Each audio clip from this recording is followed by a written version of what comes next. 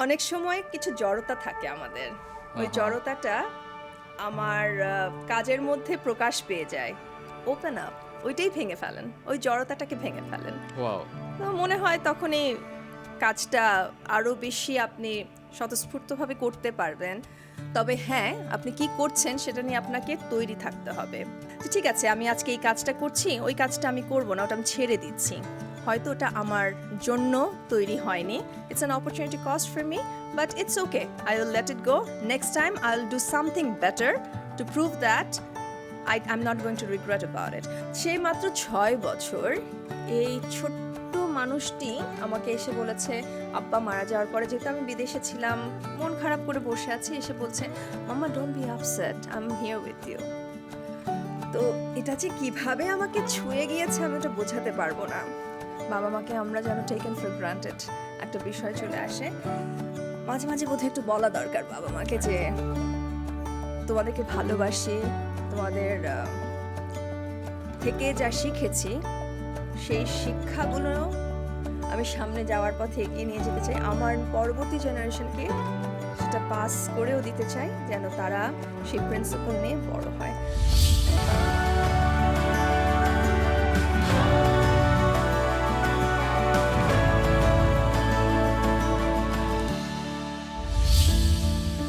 বলা হয় সময়ের সঙ্গে সঙ্গে নাকি সব বদলে যায়। টেলিভিশনের অনুষ্ঠানের ধরন বদলেছে, ওটিটি এসেছে, সোশ্যাল মিডিয়ার দাপটও বেড়েছে, কিন্তু বদলায়নি একটি আফসোস।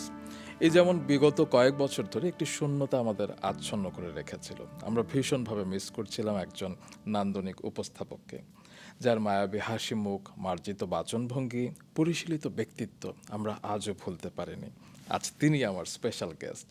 ডিয়ার ভিউয়ার্স অ্যান্ড লিসেনার্স, আজ behind the fame with RRK পডকাস্টে আমি শুধু একজন সঞ্চালক নই, আমি সেই অসংখ্য দর্শকদের একজন, যে দর্শকরা অনেক বছর ধরে অপেক্ষা করেছে আরেকবার তাকে দেখবে, তার কথা শুনবে, অনুভব করবে।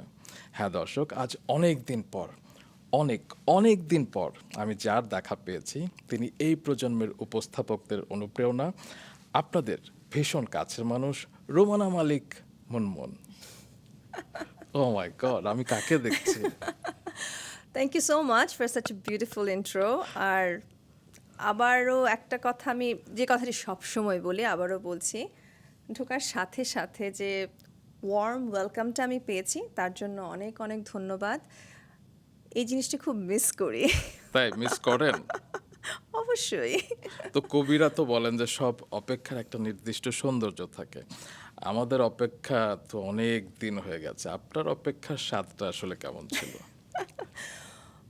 অপেক্ষাটা তো এক একজনের কাছে এক এক ধরনের।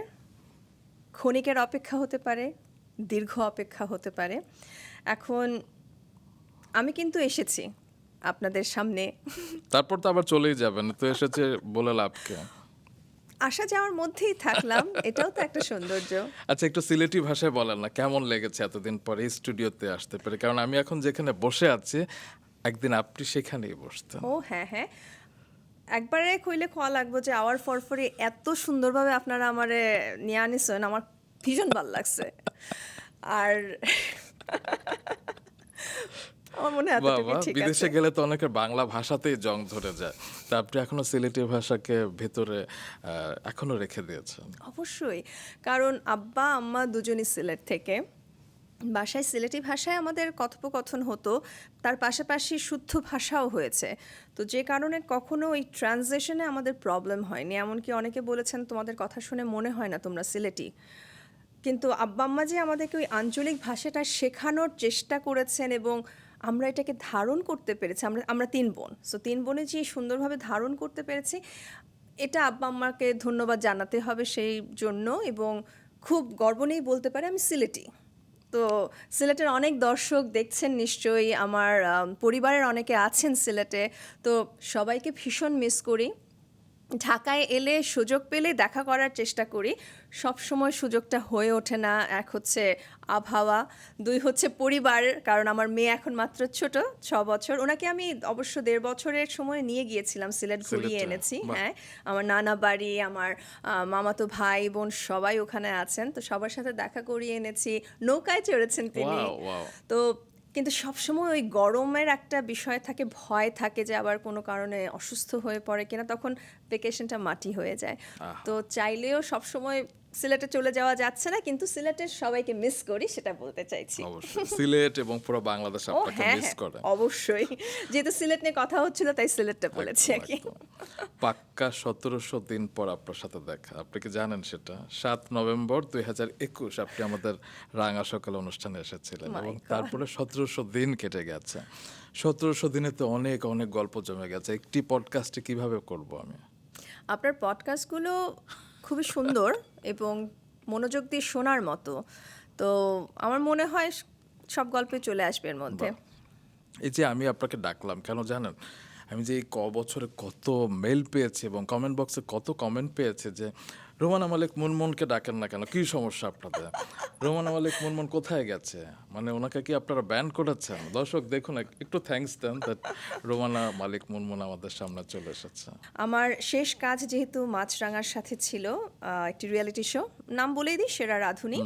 তো মাছরাঙার টিমের এখানে যারা যারা আছেন বেশ কয়েকজনই, সবাই মোটামুটি ছিলেন আমাদের সেরা রাঁধুনির কাজে, এমনকি আমাদের ডিরেক্টর। তো জেডাই ফয়সাল। হ্যাঁ হ্যাঁ, তো সবাইকে এখানে পেয়ে আমার তো ভীষণ ভালো লাগছে।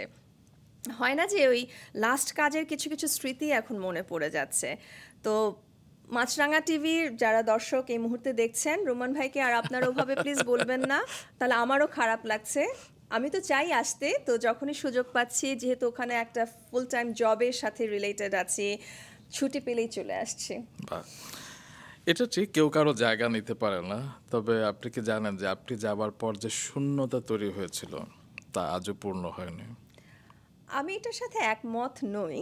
আমি বলবো অনেকে এসেছেন, কাজ করছেন, এবং আপনারা তাদেরকে যদি সঠিক নির্দেশনা দিয়ে এগিয়ে নিয়ে যেতে পারেন, মোটিভেট করতে পারেন, তারাও নিশ্চয়ই একটা জায়গা তৈরি করবেন। শূন্যতা কখনো ওভাবে থাকে না, সেটা পূরণ হয়ে যায় কোনো না কোনোভাবে। কারণ যদি আমরা উদাহরণ ধরি একটা তরল পদার্থের, সে তো গড়ে গড়ে আসবে, যেখানে ঢালু পাবে সে জায়গাটা ভরিয়ে ফেলবে। তো শূন্যতা কখনো থাকে না, সেটা এক্ষেত্রে আমি বলবো ক্ষত হয়তো শুকিয়ে যায় কিন্তু দাগ মোছা যায় না। আসলে আপনি আমাদের ভেতরে সেই ছাপটা ফেলে গেছেন আর কি। তো সেই জায়গা থেকে জানতে চাই যে আপনি এত বছর কাজ করছেন না কিন্তু এখনো আপনি সবার কাছে প্রিয়, রহস্যটা কি? আমার মনে হয় সবাই অনেক বেশি ভালোবাসেন। আমি যতটুকু পাওয়ার কথা তার চেয়ে আরও বেশি পেয়েছি আমার মনে হয়। কারণ হয় না যে আমি চেয়েছি 100 টাকা, সেখানে আমি পেয়ে গিয়েছি 1000 টাকা। তো ইউ আর ভালোবাসাটা লাকি, এরকম। আপনি সেটা মনে করছেন ইউ আর লাকি? আমি, হ্যাঁ অবশ্যই লাক একটা বিষয় আছে, সব ক্ষেত্রেই লাক একটা বিষয় থাকে। পরিশ্রম করেছি এবং পরিশ্রম করার সময় আমার আশেপাশে যারা ছিলেন, মেন্টর হিসেবে, সহকর্মী হিসেবে, বন্ধু হিসেবে, আমার পরিবারের সকল সদস্য, সবাই আমাকে যে সাপোর্টটা দিয়েছেন, আমি ফুল ফ্লেজড যখন কাজ করছিলাম, ওই সাপোর্টটা না হলে আমি হতে পারতাম না। তো একদম। ওই যে কৃতিত্ব একা নিতে পারছি না, সবাইকে নিয়ে আমি এই জায়গায় পৌঁছেছি। আপনি কি জানেন আপনার প্রতি আমার টানের একটা সিক্রেট আছে? কি সেটা? আপনি সেটা জানেন, সেটাই বলেন আর কি। আপনার জন্মের সময় আপনার নাম কি হবার কথা ছিল? হ্যাঁ, আমরা মাছরাঙা এটা নিয়ে কথা বলেছিলাম। তো হ্যাঁ, রুমানা অপশন একটা ছিল আর রুমানা Okay. একটা অপশন ছিল। তো লটারির মাধ্যমে যেহেতু হয়েছে, আমার বড় বোন সেই লটারিটা তুলেছিলেন রুমানা। ওকে। তারপর আমার আব্বার নাম মালিক, আর মুনমুন নামটা, নিকনেমটা কিভাবে হয়েছে আমি এখনো জানি না, ওটা একটু আচ্ছা। জিজ্ঞেস করতে হবে আমার বোনদেরকে।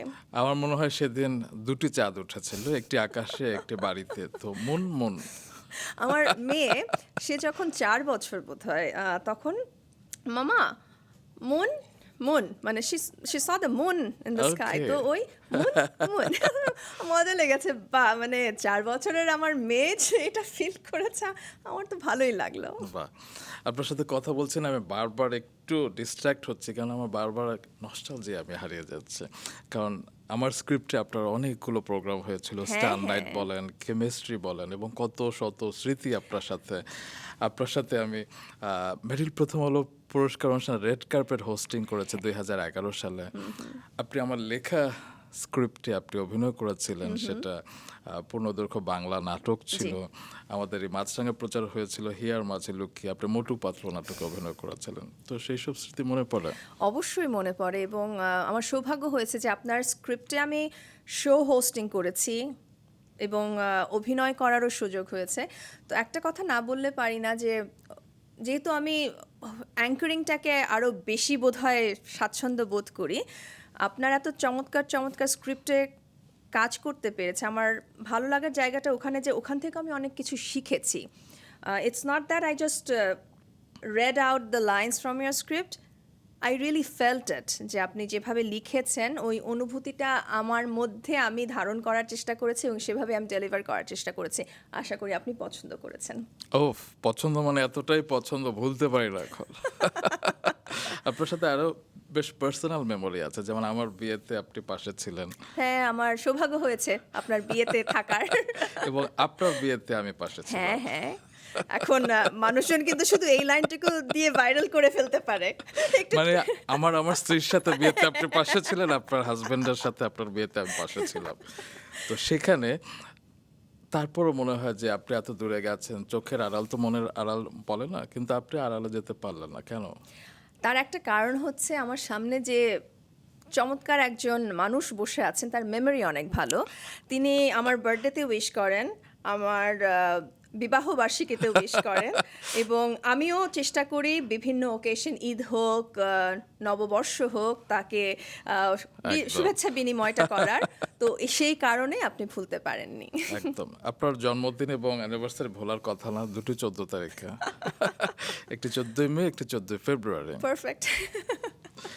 আপনার সাথে অনেক প্রোগ্রাম করেছেন না, স্টার নাইট কেমিস্ট্রির কথা মনে পড়ছে। আপনি শাকিব খান, অপু বিশ্বাসের ইন্টারভিউ নিয়েছিলেন, আপনি শাকিব খান, জয়া হাসানের ইন্টারভিউ নিয়েছিলেন এবং তারপরে একবার শাকিব খানকে নিয়ে আরেকটি প্রোগ্রাম আমরা প্ল্যান করেছিলাম। তখন আমি শাকিব ভাইয়ের সাথে যখন যোগাযোগ করি, উনি জিজ্ঞেস করছিল হোস্টকে।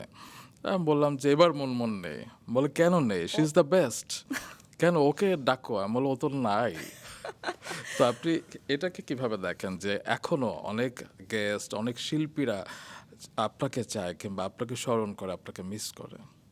First of all I'm honoured ওনারা যে আমার কথা উল্লেখ করেছেন এবং ওই জায়গাটা তৈরি হয়েছে তার জন্য সত্যি আমি কৃতজ্ঞ ওনাদের কাছে, দর্শকদের কাছে, আপনাদের কাছে।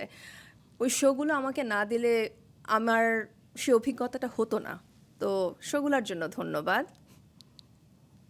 তবে আমি যেই ইনফরমেশনগুলো আজকে দর্শকদের সাথে শেয়ার করতে চাই, মানে আমি একটু বিহাইন্ড দ্য সিন ইনফরমেশনগুলো বলি। Sure. পেছনে কি হয়েছিল অনেক সিক্রেট বলে দেবো কিন্তু আজকে। শুনি কি সিক্রেট, কারণ ইদানিং যেটা হচ্ছে অনেক কিছু ভুলে যাচ্ছি, তো আপনি বললে হয়তো খানিকটা আমারও মনে পড়বে। আচ্ছা, মনে করিয়ে দে। হয় না যে অনেক সময় অনেক শো হোস্টিং করতে এসে আপনি তো সবসময় অন টাইম আসতেন, অনেক সময় গেস্টরা হয়তো 2 ঘন্টা 3 ঘন্টা পরেও আসতো, কিন্তু আপনার মধ্যে কখনো আমি একটি সেকেন্ডের জন্য অস্থিরতা দেখিনি যে ভাইয়া গেস্ট কখন আসবে। আপনি চুপচাপ বসে থাকতেন, শুধুই স্ক্রিপ্টের দিকে তাকিয়ে থাকতেন। আপনাকে আমি ফোন হাতে নিতেও দেখতাম না। আপনার তো সামাজিক মাধ্যমে আপনি নেই, আপনি ফেসবুকে গতিতেও ছিলেন না, আপনার ছবি তোলার অভ্যাসও নেই, আপনার খাবার দাবার নিয়ে কোনো বাড়াবাড়ি নেই কিংবা কোনো চাওয়া পাওয়া নেই। আপনি শুধুই স্ক্রিপ্ট পড়তেন এবং তারপর যখন আমরা টকব্যাকে থাকতাম, আপনাকে যখন আমি যে লাইনটা যেভাবে আমরা চাইতাম যে মুনমুন এই প্রশ্নটা একটু মনে হয় গেস্ট একটু অস্বস্তিতে পড়তে পারে, আপনি কি একটু আপনার মতো করে বলবেন, এবং আপনি এত সুন্দর করে ডেলিভারি দিতেন, আমি শিখতাম এবং সেই শিক্ষাগুলো নিয়ে আমি এখন টুকটাক কিছু করে খাচ্ছি। আপনি অনেক অনেক ভালো করছেন। আজকে কিন্তু মানুষজন আমাদের কথোপকথন শুনে বলতে পারে আমরা কি শুধু একজন আরেকজনের প্রশংসা করার না জন্য না, প্রশংসা বসেছি? না, মানে আপনার সম্পর্কে আমি সেদিন আপনার একটা ইন্টারভিউ আমি দেখছিলাম, সেখানে আমি কমেন্ট বক্সের দিকে চোখ রাখছিলাম। তো তখন একটা কমেন্ট দেখলাম যে লেখা, এই প্রথম একটি কমেন্ট বক্স পেলাম যেখানে কোনো নেগেটিভ মন্তব্য নেই, কারণ রুমানা মালিক মুনমুনকে সবাই পছন্দ করে। তো আমি Thank you. এখন জোর করে তো আপনার নিন্দা করতে পারবো না। এটার দুটো কারণ দিতে পারি। এক হতে পারে আমার মেমোরি খুবই খারাপ, আমি ভুলে যাচ্ছি তাই বারবার স্ক্রিপ্ট দেখছি। আর 2 হতে পারে তখন তো ইমান হয়নি, তো বাড়িতে তাড়া নেই যাওয়ার, আমার মেয়ে অপেক্ষা করবে আমার জন্য। হ্যাঁ, হাজব্যান্ড অপেক্ষা করবেন, কিন্তু তিনি অতটুকু আমাকে না তখন হাজবেন্ডও ও ছিল তখন না। তাহলে তো বিয়ের আগের ঘটনা এটা। তো আরোই তাড়া নেই। আর ফ্যামিলি সবসময় সাপোর্ট করে গিয়েছেন। ওনারা জানেন মুনমুন এতটা থেকে এতটা কাজ করছে, এখানে কাজ করছে, হারিয়ে যাওয়ার কোনো ভয় নেই, না বলে কোথাও চলে যাওয়ারও কোনো আহ, শঙ্কা নেই। তো সব কিছু মিলিয়ে they know where I am and I am safe, I know where I am, I know how long I have to work here. আমার কাজ আমাকে শেষ করে তারপরে যেতে হবে। তো ওই জায়গাটাই আমি যে উদ্দেশ্যে এসেছি, হয় না যে গন্তব্য ওখানে, তো ওখানে যাওয়ার পথে বাধা তো পড়বেই, কিন্তু বাধা অতিক্রম করে আমাকে ওখানে পৌঁছাতে হবে। আপনি যে কিভাবে বাধা অতিক্রম করতেন আমি জানি। অনেক সময় ট্রাফিক জ্যামে পড়তেন, রাইট টাইমে আপনার হয়তো উপস্থিত থাকার একটা শঙ্কা ছিল, আপনি বাইক নিয়ে কোনো মতে অ্যাকশন মোডে আপনি চলে আসতেন আর কি। মানে আমি বাইক চালাইনি, ফোন করে বলেছি একটু কাউকে পাঠান, আমি আসছি। তো এই যে অন টাইমে সবসময় থাকতেন, আমি কখনোই আপনাকে দেরি করতে দেখিনি, তো একটু টিপস দেন না। এখন আমার মনে হয় টিপসের কিছু না, বিষয়টা হচ্ছে আপনি ওই যে আবারও একটা কমিটমেন্ট করেছি, আমি এতটার মধ্যে পৌঁছাবো এবং আমার জন্য এতগুলো মানুষ অপেক্ষা করছে। আমি না পৌঁছালে জিনিসটা শুরু হবে না, জিনিসটা শুরু না হলে শেষ হবে না, এবং আমি বাড়িতে ফিরতে পারবো না। তো আমার নিজেরও তো একটু সেলফিশনেস এখানে কাজ করছে, আমাকে বাড়িতে গিয়ে রেস্ট নিতে হবে। তো আমি টাইমলি চলেই যাই। আপনার আরেকটা রেয়ার কোয়ালিটি আজকে আমি শেয়ার করি, কি সেটা? সেটা শুনে আপনি হয়তো একটু বিব্রত হতে পারেন। সেটি হচ্ছে কি, আমি ম্যাক্সিমাম সময় দেখেছি যে কোনো বিশেষ অনুষ্ঠান কিংবা কোনো ইভেন্ট শেষে আপনি আমাদের মেকআপ পার্সন,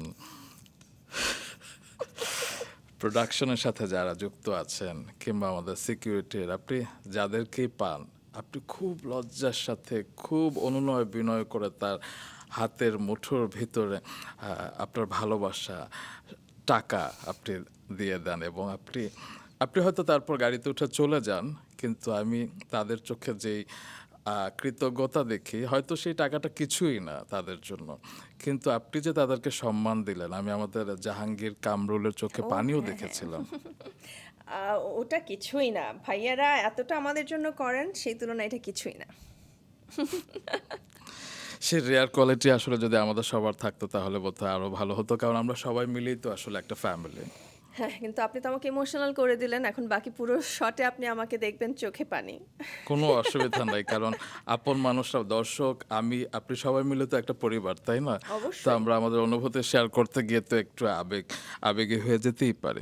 যদি আপনার যে অনেক প্রশংসা করলাম না, আপনি খুঁজছিলেন না যে অডিয়েন্স আমাদেরকে বকবে, এবার কিন্তু আমি আপনাকে প্রশংসা করব না, আপনার বোরিং একটা দিক তুলে ধরবো।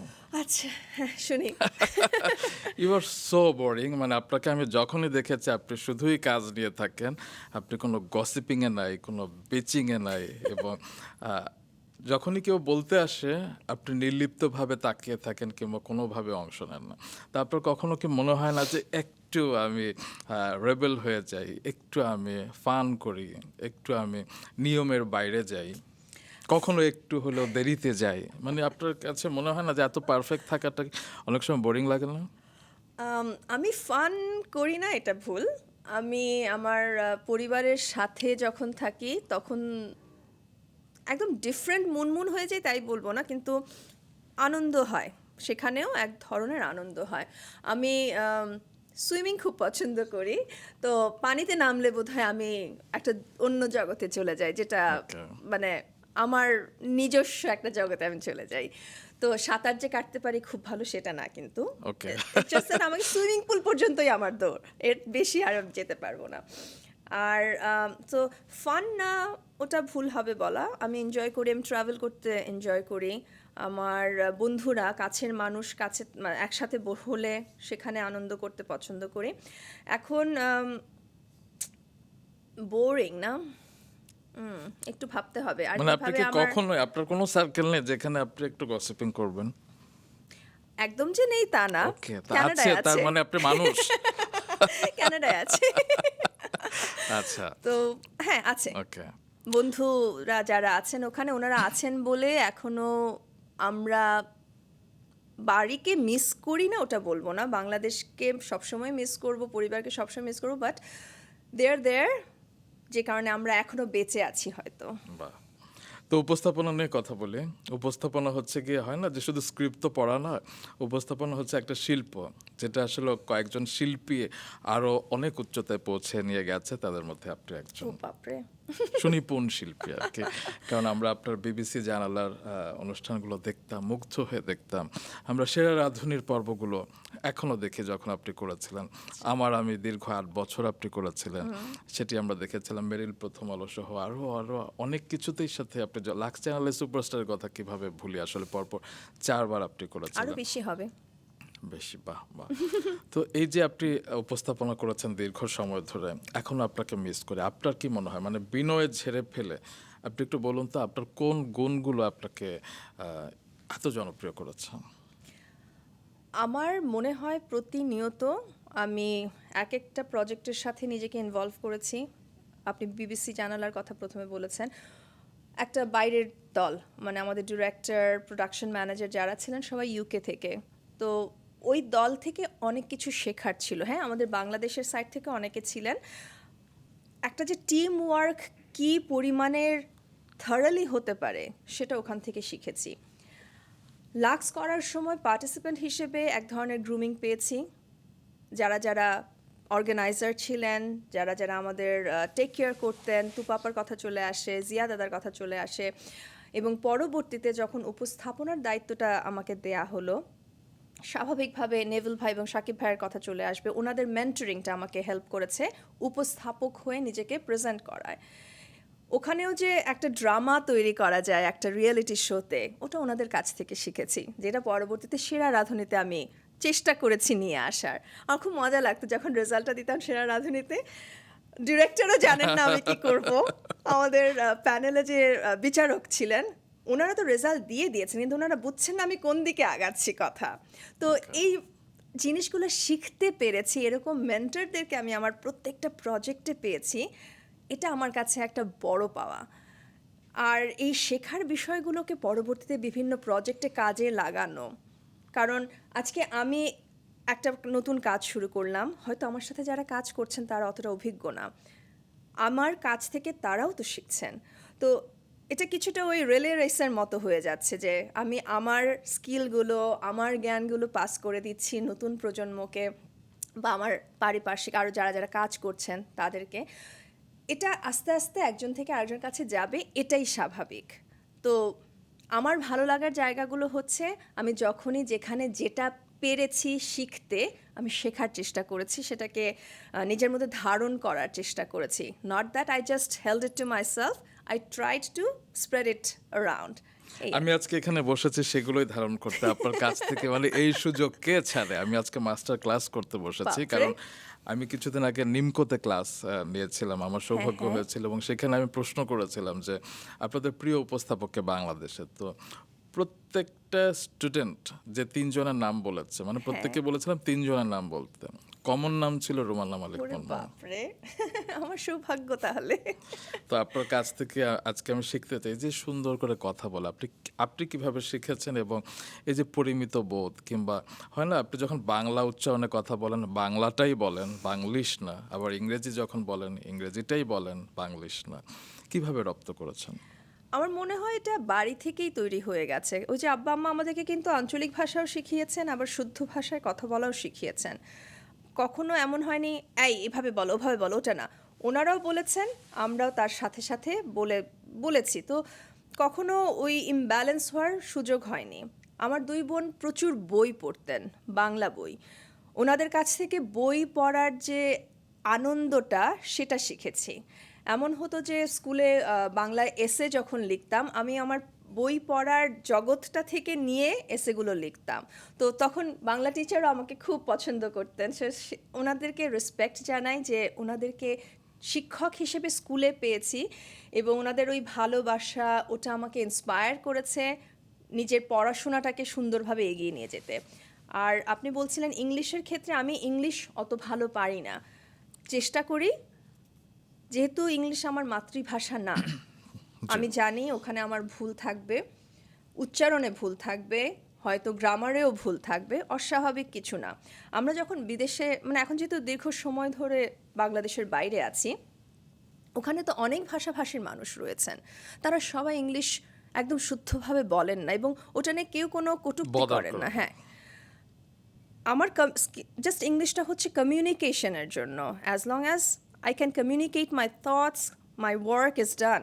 আর কোনো প্রয়োজন নেই সেখানে কিছু বাড়তি কিছু করার। হ্যাঁ, হয়তো যেখানে ইংলিশটা কোনো একটা এক্সামের বিষয় হয়ে যাচ্ছে, ওটা আপনাকে প্রপারলি পড়েই দিতে হবে, ওটার কথা বলছি না। কিন্তু আমি বলছি ইংলিশটাকে নিয়ে শো অফ করার কিছু নেই, কারণ এটা আমার মাতৃভাষা না। বাইরে সবাই জানেন ইংলিশ, ইমিগ্রেন্ট আমরা যারা রয়েছি, that's not our first language. তো তারা আমাদের থেকে ওটা এক্সপেক্টও করেন না। তবে হ্যাঁ, কাজের ক্ষেত্রে যেহেতু আমাকে অনেক স্টুডেন্ট কাউন্সেলিংও মাঝে মাঝে করতে হয়, স্টুডেন্ট ফেসিং কিছু সময় যায়, ওই কমিউনিকেশনের জন্য আমার ইংলিশটা প্রপার হলে ভালো হয়। আমি যখন ক্লাস প্রেজেন্টেশন দিচ্ছি, আমি মাঝখানে 2টো সেমেস্টার পড়িয়েছিও। ক্লাস প্রেজেন্টেশনের সময় ডেফিনেটলি আমি আমার যথাসাধ্য চেষ্টা করেছি যেন কোনো ভুল সেখানে না হয়। স্বাভাবিকভাবে একজন শিক্ষককে যখন আমি দেখব, আমি চাইবো না শিক্ষকের কোনো ভুল স্টুডেন্ট ধরুক।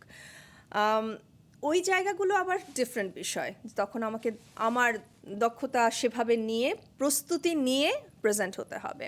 কিন্তু ওই যে নিজস্ব বিষয়গুলো আমি ধরে রাখতে চাই। আমি যতই দেশের বাইরে থাকি না কেন, আমি প্রতিনিয়ত, আমার অফিসের সবাই জানে বাংলাদেশ কি, আমি বাংলাদেশকে রিপ্রেজেন্ট করি। আমি বাংলাদেশের সৌন্দর্যগুলো তুলে ধরি। হ্যাঁ, প্রত্যেকটা দেশেরই কিছু নেগেটিভ সাইডস আছে, আমাদের কিছু পলিটিক্যাল ইনস্টেবিলিটির কথা ওনারা জানেন, কারণ ওনারা নিউজে পড়ছেন।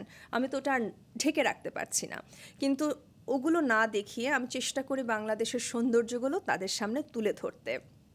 আমি এমনও করেছি যে বাংলাদেশের হেরিটেজ বা কিছু কিছু এমন কিছু জিনিস যেটা সুভেনির হিসেবে তাদেরকে দিয়েছি, তারা জেনেছেন বা এটাকে নৌকা বলে, এটাকে রিক্সা বলে। তো এই জিনিসগুলো ওনাদেরকে আমি জানানোর চেষ্টা করেছি। তো এমনও হয়েছে আমার কলিগ যারা ওখানে আছেন, হয় না যে আমি তো আর খুব বড় করে বলি না আমি বাংলাদেশে মিডিয়ায় কাজ করতাম, সেইগুলো বলা হয় না। আমার রেজিউমেতে আমার বস দেখেছেন আমি বাংলাদেশের বা টেলিভিশন চ্যানেলে উপস্থাপনা করেছি, নাটক করেছি, এগুলো দেখেছেন। তো উনি আমার ইন্টারভিউ হওয়ার পর, জব হয়ে যাওয়ার পর, উনি বাকি কলিগ দেখে বলছে, do you know she is a celebrity in Bangladesh. আমি তো লজ্জা বলে, ও তাই নাকি? সাথে সাথে ওনারা ইউটিউব সার্চ টার্চ করে আমার প্রোগ্রামও দেখা শুরু করে ফেললেন। তো ওই জিনিসটা ভালো লাগে, ওই যে এক্সাইটমেন্ট তাদের মধ্যে, তারা বাংলাদেশ সম্পর্কে জানতে চাইছে, আমার শোগুলো সম্পর্কে জানতে চেয়েছে, আমি কি করতাম, কিভাবে করতাম, এইগুলো ওনারা জানতে চাইছেন। আমার খুব ভালো লাগে ওটা। খুব সম্প্রতি একজন বাংলাদেশি স্টুডেন্ট, আমরা কোঅপ স্টুডেন্ট, আমাদের টিমে জয়েন করে, একটা সেমেস্টার তারা কাজ করে অ্যাজ অ্যান ইন্টার্নশিপ। তো সে বাংলাদেশি, তার সাথে আমার তখনও দেখা হয়নি। তো আমার কলিগ তাকে গিয়ে বলেছে, ডু ইউ নো রুমানা? ওখানে আমাকে ফার্স্ট নামে সবাই চেনে। Do you know Rumana? She is a celebrity from Bangladesh. তো ও ফার্স্টে রুমানা তো আর বুঝতে পারেনি, কারণ মুনমুন নামে সবাই আমাকে চেনে। যখন পুরো নামটা বলেছে রুমানা মালিক মুনমুন, তখন ও বোধহয় রিলেট করেছে। তারপরে যখন ওর সাথে কথা হলো, আমি বললাম আমি মুনমুন, আমাকে হয়তো এখন দেখলে আগের মতো মিলাতে পারবে না, কারণ বেশ খানিকটা পরিবর্তন হয়েছি আমি। কোনো পরিবর্তনই হয়নি। থ্যাংক ইউ মুনমুন, আপনি বাংলাদেশকে এভাবে বিশ্বের কাছে, আপনি যেখানে আছেন এভাবে রিপ্রেজেন্ট করছেন। আসলে বাংলাদেশ তো আমাদের বুকের ভেতর সবসময় থাকে, অবশ্যই। এবং সেটা আপনি যে এখনো বয়ে বেড়াচ্ছেন, সেটা জেনে আসলে খুব ভালো লাগলো। আপনি নিশ্চয়ই আরও অনেক অভিজ্ঞতা বয়ে বেড়াচ্ছেন, কারণ আপনার জীবনে, উপস্থাপনার জীবনে কত শত অভিজ্ঞতা। আমি একটু কয়েকজন বিশেষ মানুষকে স্মরণ করতে চাই, যেমন প্রয়াত হুমায়ুন ফরিদী। তার সাথে আপনার একটি পর্ব তো প্রায়ই ভাইরাল হয় আর কি। তো তার সাথে যখন আপনি ইন্টারাকশন করেছিলেন, সেই অভিজ্ঞতা মনে পড়ে? অবশ্যই। আমার প্রথমত যখনই যেহেতু আমরা যে শোটির কথা বলছি ওটার নামই আমার নিয়েছি আমি। আমার আমি, তো ওই শোতে যখনই কোনো সিনিয়র আর্টিস্ট এসেছেন, স্বাভাবিকভাবে একটু ভয় কাজ করতো যে ওনাদের সামনে কি আমি সুন্দর করে নিজেকে উপস্থাপন করতে পারবো কিনা, প্রশ্নগুলো সঠিকভাবে করতে পারবো কিনা। স্বাভাবিকভাবে আমি একা তো আর এটা না, ওটা প্রোগ্রামের প্রডিউসারের নামও নিতে হবে, জি, সাজ্জাদ অবশ্যই। ভাই, সাজ্জাদ হোসেন। তো ওনার চিন্তাধারা, আমার চিন্তাধারা একত্রিত হয়েই জিনিসটা আপনারা পেয়েছেন আমার আমিতে। তো যখন উনি এক একজন দর্শক বা আমাদের যে গেস্ট যাদেরকে কল করতেন, আমার স্বাভাবিকভাবে ওনাদেরকে নিয়ে একটা হোমওয়ার্ক করে নিতে হতো। আমি ওনাদেরকে এমন কোনো প্রশ্ন করতে চাই না যেখানে ওনারা বিব্রত বোধ করবেন, বা আমি নিজেও এমন একটা অকওয়ার্ড সিচুয়েশন পড়তে চাইবো না। ওনারা দেখা যায় মাঝে মাঝে আমাদের প্রশ্ন কি করছি সেটাও জানতে চাইতেন। প্রশ্ন দেখে ওনারা যখন হ্যাপি, তখন একটা পজিটিভ এনভায়রনমেন্ট তৈরি হয়, তখন আমরা বসি। তো যেহেতু শ্রদ্ধেয় হুমায়ুন ফরিদির কথা এসেছে, আমি ওনার ওই পর্বটা আমরা কিছুটা একটু ওপেন রেখেছিলাম যে আমরা এটাকে দু পর্ব করবো, কারণ উনি বলেছেন আমাকে নিয়ে এক পর্বে তো পারবে না, দু পর্বে করতে হবে। তো সাজ্জাদ ভাই was happily doing it in two episode. So দুটো পর্বে করতে গিয়ে যেটা হয়েছে যে প্রশ্ন করছি, কোনো ধরা বাঁধার সময় তো এখন আর নেই, যেখানে ইচ্ছা পরে আমরা এডিট করে নিব, আমরা একটার পর একটা প্রশ্ন করে যাচ্ছি। তো ভাইয়া আমাকে আমাদের টকব্যাকে একটা প্রশ্ন করতে বলেছিলেন। তো হয় না যে আমি একটু মানে ওটা আমাদের স্ক্রিপ্টে ছিল না, আমি খানিকটা একটু লজ্জাবোধ করছি, এটা করব কিভাবে আমি না করছি। হয় আপনি ধরেন আপনাকে একটা প্রশ্ন করেছি, আপনি উত্তর দিচ্ছেন, হয়তো ক্যামেরাটা আপনার দিকেই আছে, আমি তখন আমার ডিরেক্টরের সাথে কথা বলতে থাকি, আমি কিন্তু এরকম করে না করে যাচ্ছি, আমি করতে পারবো না। তারপরে ভাইয়া বলছে করেন অসুবিধা নাই। ওই তখন মাল্টিটাস্কটা করতে হয়, আমি আপনার কথাও শুনছি, কিভাবে আমি বিনয়ের সাথে প্রশ্নটা করতে পারি ওটাও ভাবছি। তো somehow I managed to ask him the most difficult question. Suborna মুস্তফাকে নিয়ে। জি। তো এরকম আরও বেশ কিছু প্রশ্ন ছিল। উনিও এত অসাধারণ একজন মানুষ, একদম। তিনিও খুব সুন্দরভাবে উত্তরগুলো দিয়েছেন, যে কারণে আমাদের শোটা এতজন মানুষ দেখেছেন, এখনো দেখছেন। আসলে সুবর্ণা আপা কিংবা হুমায়ুন ফরিদি কিংবা এই নামগুলো আমাদের জীবনে সবসময় থেকে যাবে, কারণ তারা হচ্ছে আমাদের আলোর দিশারি এবং আমাদের অভিনয়ের একদম স্তম্ভ। একদম। প্রয়াত এটিএম শামসুজ্জামান, তার সাথে আপনি তার ইন্টারভিউ নিয়েছেন, আপনি কোনো স্পেশাল মেমোরি মনে পড়ে? ওই যে বললাম একটু মেমোরিটা একটু কমে গিয়েছে, একদম স্পেসিফিক কিছু মনে নেই, তবে যতদূর মনে পড়ে উনি যেহেতু খুব হাস্যোজ্জ্বল একজন মানুষ, প্রশ্নগুলো যখন করছি উনি খুব উত্তরও খুব সহজভাবেই দিয়ে দিচ্ছেন। তো আমার মনে হয় অত স্পেসিফিক এক্সাম্পল আমার মনে আর পড়ছে যদি না। প্রয়াত আয়ুব বাচ্চুর কথা বললে, সেটা অবশ্যই একটা ভিন্ন মাত্রা অ্যাড করবে আমার অভিজ্ঞতার ঝুলিতে। ওনাকে মাল্টিপল টাইমস আমার আমিতে পেয়েছি। একটা সময় ওনার খুব খানিকটা বলবো ভালনারেবল একটা সময়, যখন উনি ওনার বাবাকে হারিয়েছেন, ওই সময়টা ওনাকে নিয়ে এসেছিলাম। সাজ্জাদ ভাইয়ের খুব কাছের মানুষ ছিলেন শ্রদ্ধেয় প্রয়াত আয়ুব বাচ্চু, যেহেতু ওনার বেশ কয়েকটি গানের লিরিক্স উনি লিখেছেন। তো খুব সফট স্পোকেন, খুব কোনো স্ক্রিপ্ট ছাড়াই এগিয়েছিলাম খানিকটা ওখানে, কারণ উনি ওনার অনুভূতিগুলো ব্যক্ত করছিলেন। এবং আজকে যখন ওনার কথা চলে এসেছে, আমি খুব সম্প্রতি আমার বাবাকে হারিয়েছি।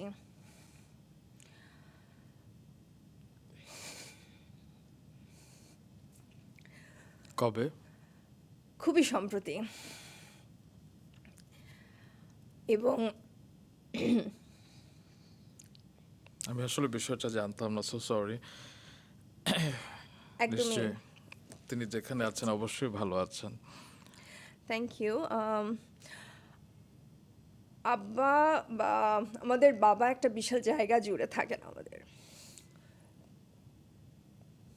তো বাইরে থাকার এই একটা নেগেটিভ সাইড, যে আমরা চাইলেই সাথে সাথে আসতে পারি না। তো আপনি জানতেন তো আমি আরেকটু পরে আসার কথা ছিল। রাইট। তো আমি এক সপ্তাহ এগোতে পেরেছি, এক সপ্তাহ আগে এসেছি, তাও আব্বাকে তো আর পাইনি। তো ওই দুঃখটা রয়ে যাবে যে আমার আসার কথা ছিল, বাট আসতে পারিনি। বাবা আছেন তো মুনমুন, আপনার মাথার উপরে আছেন, আপনাকে সব সময় নিশ্চয়ই উপর থেকে দোয়া দেবেন। Thank you. না, আব্বার কথা চলে আসা ইমোশনাল হয়ে গিয়েছি। এটা খুব স্বাভাবিক বিষয়। বাবা মার কথা বললে খানিকটা ডিফিকাল্ট হয়ে যায় আমাদের ইমোশনটাকে ধরে রাখা। তো আয়ুব বাচ্চুর কথা বলছিলাম আমার আমিতে, উনি ওনার বাবাকে নিয়ে ওনার অনুভূতির কথা বলছিলেন, যে অনেক সময় অনেক কিছু বলা হয়ে ওঠে না। বাবা মাকে আমরা যেন টেকেন ফর গ্রান্টেড একটা বিষয় চলে আসে। মাঝে মাঝে বোধহয় একটু বলা দরকার বাবা মাকে যে তোমাদেরকে ভালোবাসি, তোমাদের থেকে যা শিখেছি সেই শিক্ষাগুলো আমি সামনে যাওয়ার পথে এগিয়ে নিয়ে যেতে চাই, আমার পরবর্তী জেনারেশনকে সেটা পাস করেও দিতে চাই যেন তারা সেই প্রিন্সিপাল নিয়ে বড় হয়। তো বাচ্চু ভাইয়ের কথাগুলো থেকে অনেক কিছু শিক্ষণীয় ছিল যারা দেখেছেন, এবং ওনাকে তো আমরা গানের মানুষ হিসেবে জানি, এবং স্বাভাবিকভাবে গানের মানুষগুলো অনেক বেশি আবেগ ওনাদের অনেক গভীর। তো কথা বলতে বলতে আমিও ইমোশনাল হয়ে গিয়েছিলাম সেই শোতে। আমার মনে হয় দর্শক যারা তাকে অনেক অনেক ভালোবাসেন, এখন মিসও করেন, তারা হয়তো আপনার এই পডকাস্ট শোনার পর আবার একটু সার্চ করে দেখবেন। আমি সেদিনই দেখছিলাম। আচ্ছা, যেটা বললাম যে আপনার কাছ থেকে আজকে অনেক কিছু শিখবো, এই যে আমরাও তো রক্ত মাংসে গড়া মানুষ, আমরা যারা উপস্থাপক আর কি, ইমোশনটা আসলে কিভাবে কন্ট্রোল করা সম্ভব? অনেক সময় আমরাও তো, এই যে আপনি একটু আগে কেঁদে ফেললেন, হ্যাঁ, অনেক সময় আমি অনেক ইমোশনাল হয়েছে, মানে কিভাবে সম্ভব কন্ট্রোল করা? ইমোশনকে কন্ট্রোল করা খুবই ডিফিকাল্ট। আমি হয়তো যেহেতু আম্মাকে হারিয়েছি 2004-এ, তখন মাত্র এ লেভেল কমপ্লিট করেছি। এতটা দীর্ঘ সময় আব্বাকে আমরা 3 বোন ধরে রেখেছিলাম। আম্মার অনুপস্থিতি আব্বা কখনো বুঝতে দেননি।